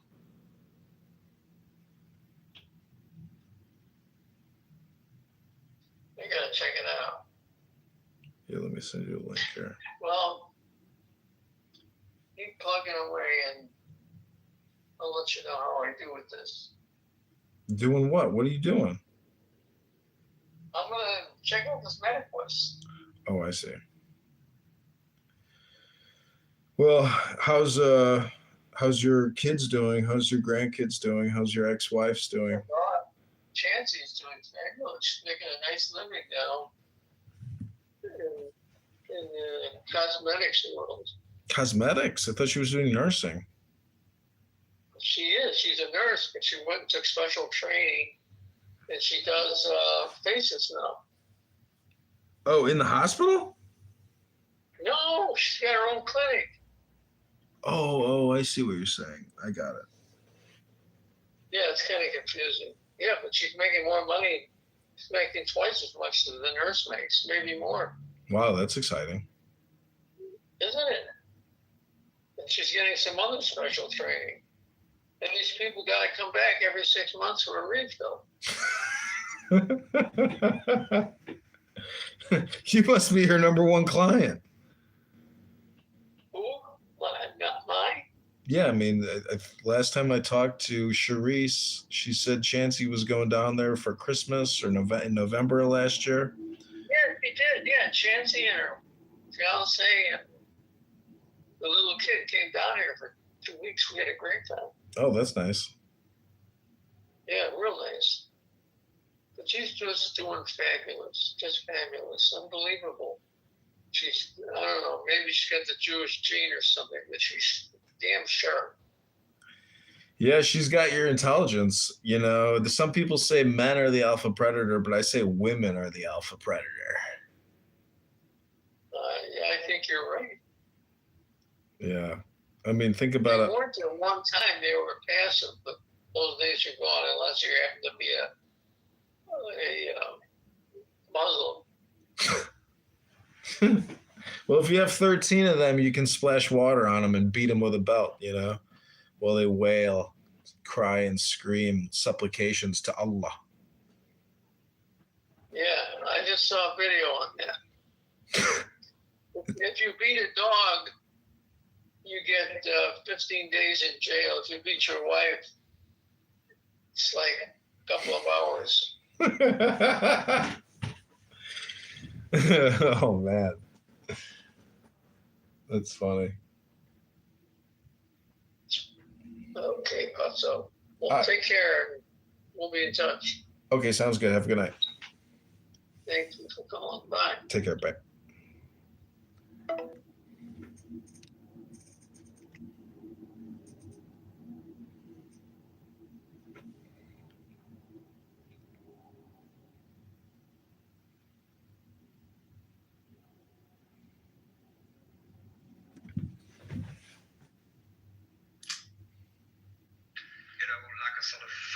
or slime on the top of the whole thing.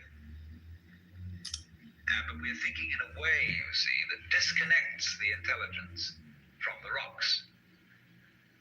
Where there are rocks, watch out. Watch out, because the rocks are going eventually to come alive.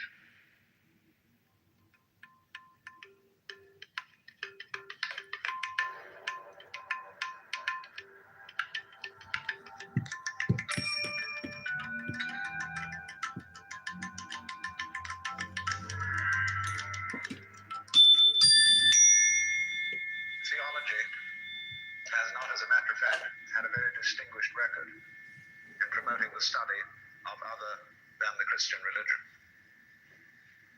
Because you see, if you know in the first place that you have the true religion, there really is no point in studying any other one. And you can very quickly find reasons for showing them to be inferior. Because that was a foregone conclusion. They had to be.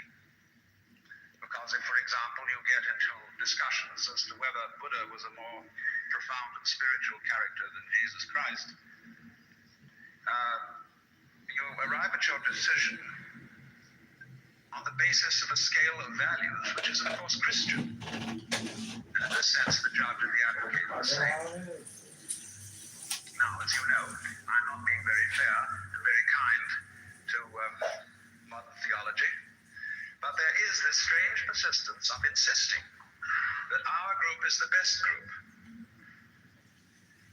And I feel that there is in this something peculiarly irreligious, and furthermore, it exhibits a very strange lack of faith. Because I believe that there is a strong distinction between faith on the one hand and belief on the other. That belief is, as a matter of fact, quite contrary to faith. Because belief is really wishing. It's from the Anglo-Saxon root leaf, to wish. And belief, stated, say, in the creed, is a fervent hope that the universe will turn out to be thus and so. And in this sense, therefore, belief precludes the possibility of faith, because faith is openness to truth, to reality, whatever it may turn out to be. I want to know the truth. That is the attitude of faith. And therefore, to use ideas about the universe and about God as something to hang on to, in the spirit of Rock of Ages cleft for me, and there's something very rigid about a rock. And we are finding our rock getting rather worn out in an age where it becomes more and more obvious that our world is a floating world. It's a world floating in space, where all positions are relative and any point may be regarded as the center. A world which doesn't float on anything. And therefore, the religious attitude appropriate to our time is not one of clinging to rocks, but of learning to swim. And you know that if you get in the water and you've nothing to hold on to, and you try to behave as you would on dry land, you will drown. But if, on the other hand, you trust yourself to the water and let go, you will float. And this is exactly the situation of faith.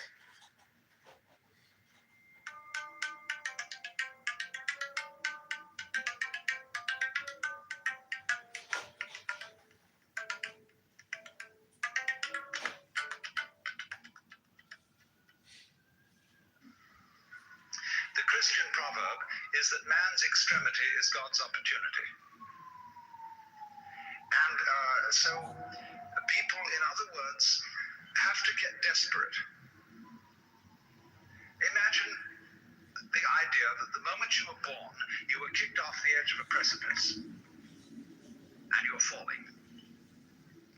As you fell, a great lump of rock came with you and is traveling alongside you. And you're clinging to it for dear life. And thinking, gee, I've got to hold on to this, see? Well, it doesn't do a thing for you. And it's only making you anxious. And it's only when you understand that it doesn't do a thing for you that you let go and relax. So everybody's in this situation. We're all completely insecure. We're all headed straight for death as if we had been condemned by a judge. And yet here we are all clinging on to things.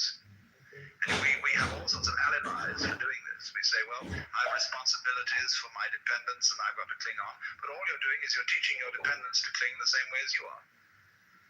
And making them miserable by learning to go on surviving compulsively. So the thing is, same way, if you're caught in a torrent and you try to get out of it by swimming against it, you'll just wear yourself out and you're still carried along with it. So the sensible thing to do is to turn around and swim with it. And if you want to get out of it, swim towards the edge. But go with it. Same way when you're sailing. Always keep the wind in your sails. If you want to go against the wind, tack. But use the wind. So it's this way, we're all in this great stream of change, which we call life. We are the stream. If you imagine you're separate from it and you're being carried along by it as if you were a cork, that's a delusion. You're a wave of the stream itself. So get with it.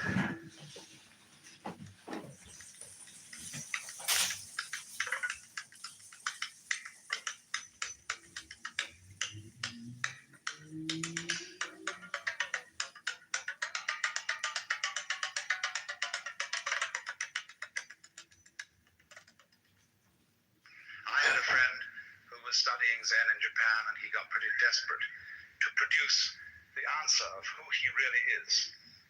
And on his way to an interview with the master to give an answer to the problem, he noticed a very common sight in Japan, a big bullfrog sitting around in the garden. And he swooped this bullfrog up in his hand and dropped it in the sleeve of his kimono. And then he went into the master, and to give the answer of who he was, he suddenly produced the bullfrog.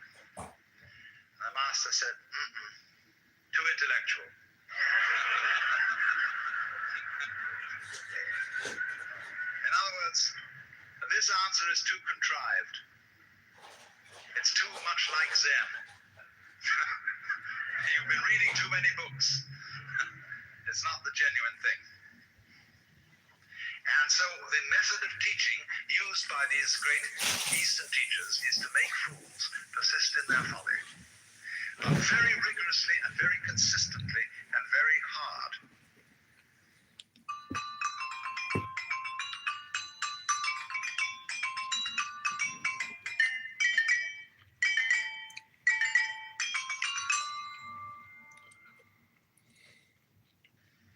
Now, if you go to a Zen teacher,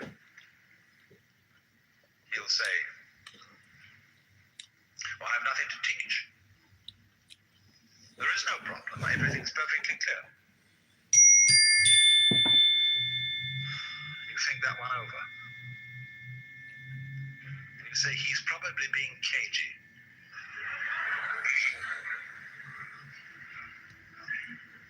But the teacher says, quite honestly, I haven't anything to tell you. I don't teach anything. I have no doctrine. As I said to you in the beginning of this talk, I have nothing whatsoever to sell you. So the student thinks, this is very deep, because this nothing that he's talking about, this nothing that he teaches, is what they call in Buddhism shunyata, and it's supposed to be the ultimate reality. But as you know, if you know anything about these doctrines, this doesn't mean real nothingness, not kind of just nothing there at all, not just blank, but it means no thingness. It's the transcendental reality behind all separate and individual things, and that's something very deep and profound. So he knows that when the teacher said, I have nothing to teach, he meant this very esoteric no thing.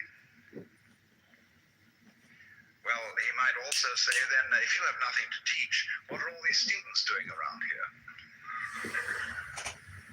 And the teacher says, they are not doing anything. They're just a lot of stupid people who live here. And he knows, again, you see, the stupid doesn't mean just straight stupid, but the higher stupidity of being people who are humble and don't have intellectual pride.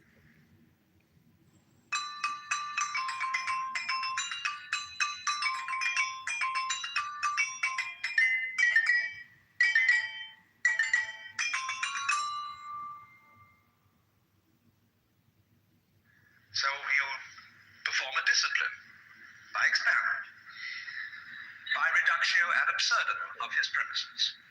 And so in the same way, the guru, whether Hindu or Buddhist, performs a reductio ad absurdum on the premise of the skin-encapsulated ego. Well, what happens then?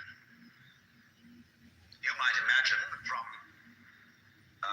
garbled accounts of Eastern mysticism that one thereupon disappears forever into an infinite sea of faintly mauve jello.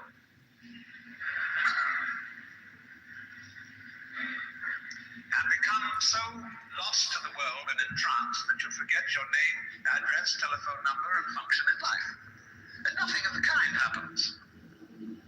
The state of mystical illumination, although it may, in its sudden onset, be accompanied by a sensation of tremendous luminescence and transparency. As you get used to it, it's just like everyday life.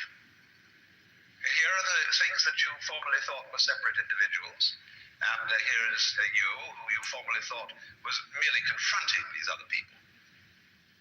When the great Dr. D.T. Suzuki was asked, what is it like to be enlightened? He said, it's just like ordinary everyday experience, except about 2 inches off the ground. Because what is altered is not the way your senses perceive. What is altered is what you think about it. Your definitions of what you see. Your evaluation of it. So when you don't cling to it, when you have no longer a hostile attitude to the world because you know the world is you, it is. I mean, let's take it from the point of view of biology. If I describe the behavior of a living organism, I cannot possibly describe that behavior without simultaneously describing the behavior of the environment. So that I discover that I don't describe organisms in environments. I describe a unified field of behavior called an organism environment. It's an awkward word. But there it is. The environment doesn't push the organism around. The organism doesn't push the environment around. They are 2 aspects or poles of the same process.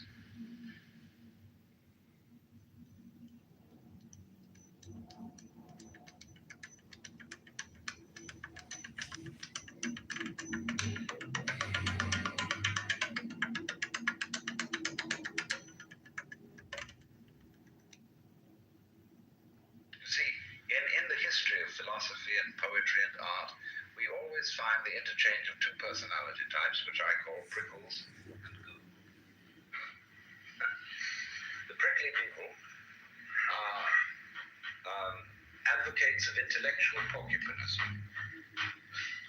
They want a rigor. They want precise statistics. And they have a certain clipped attitude in their voices. And you know this very well in academic circles, where there are people who are always edgy like that. And they accuse other people of being disgustingly vague and miasmic and mystical. But the vague, miasmic, and mystical people accuse the prickly people of being mere skeletons with no flesh on their bones. And they say to you, you just rattle.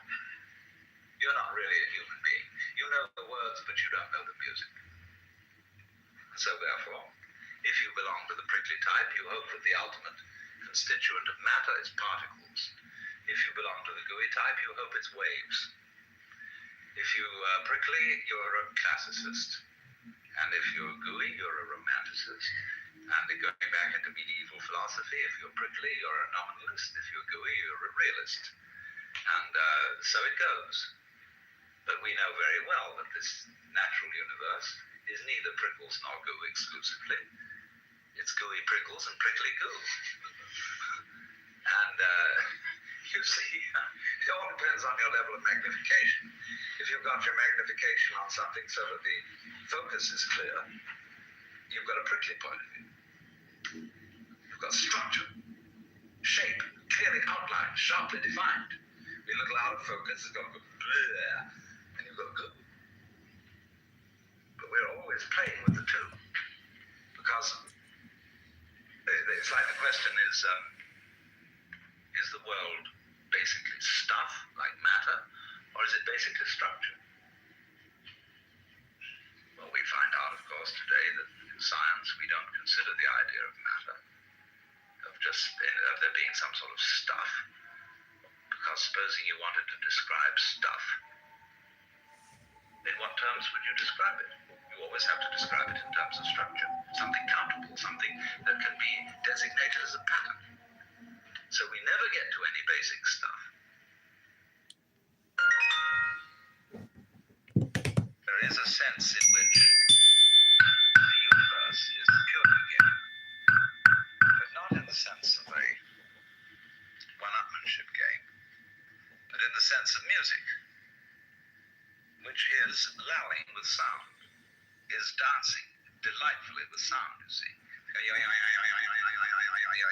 And nobody was ever able to give a better account of what it's all about. Let's take the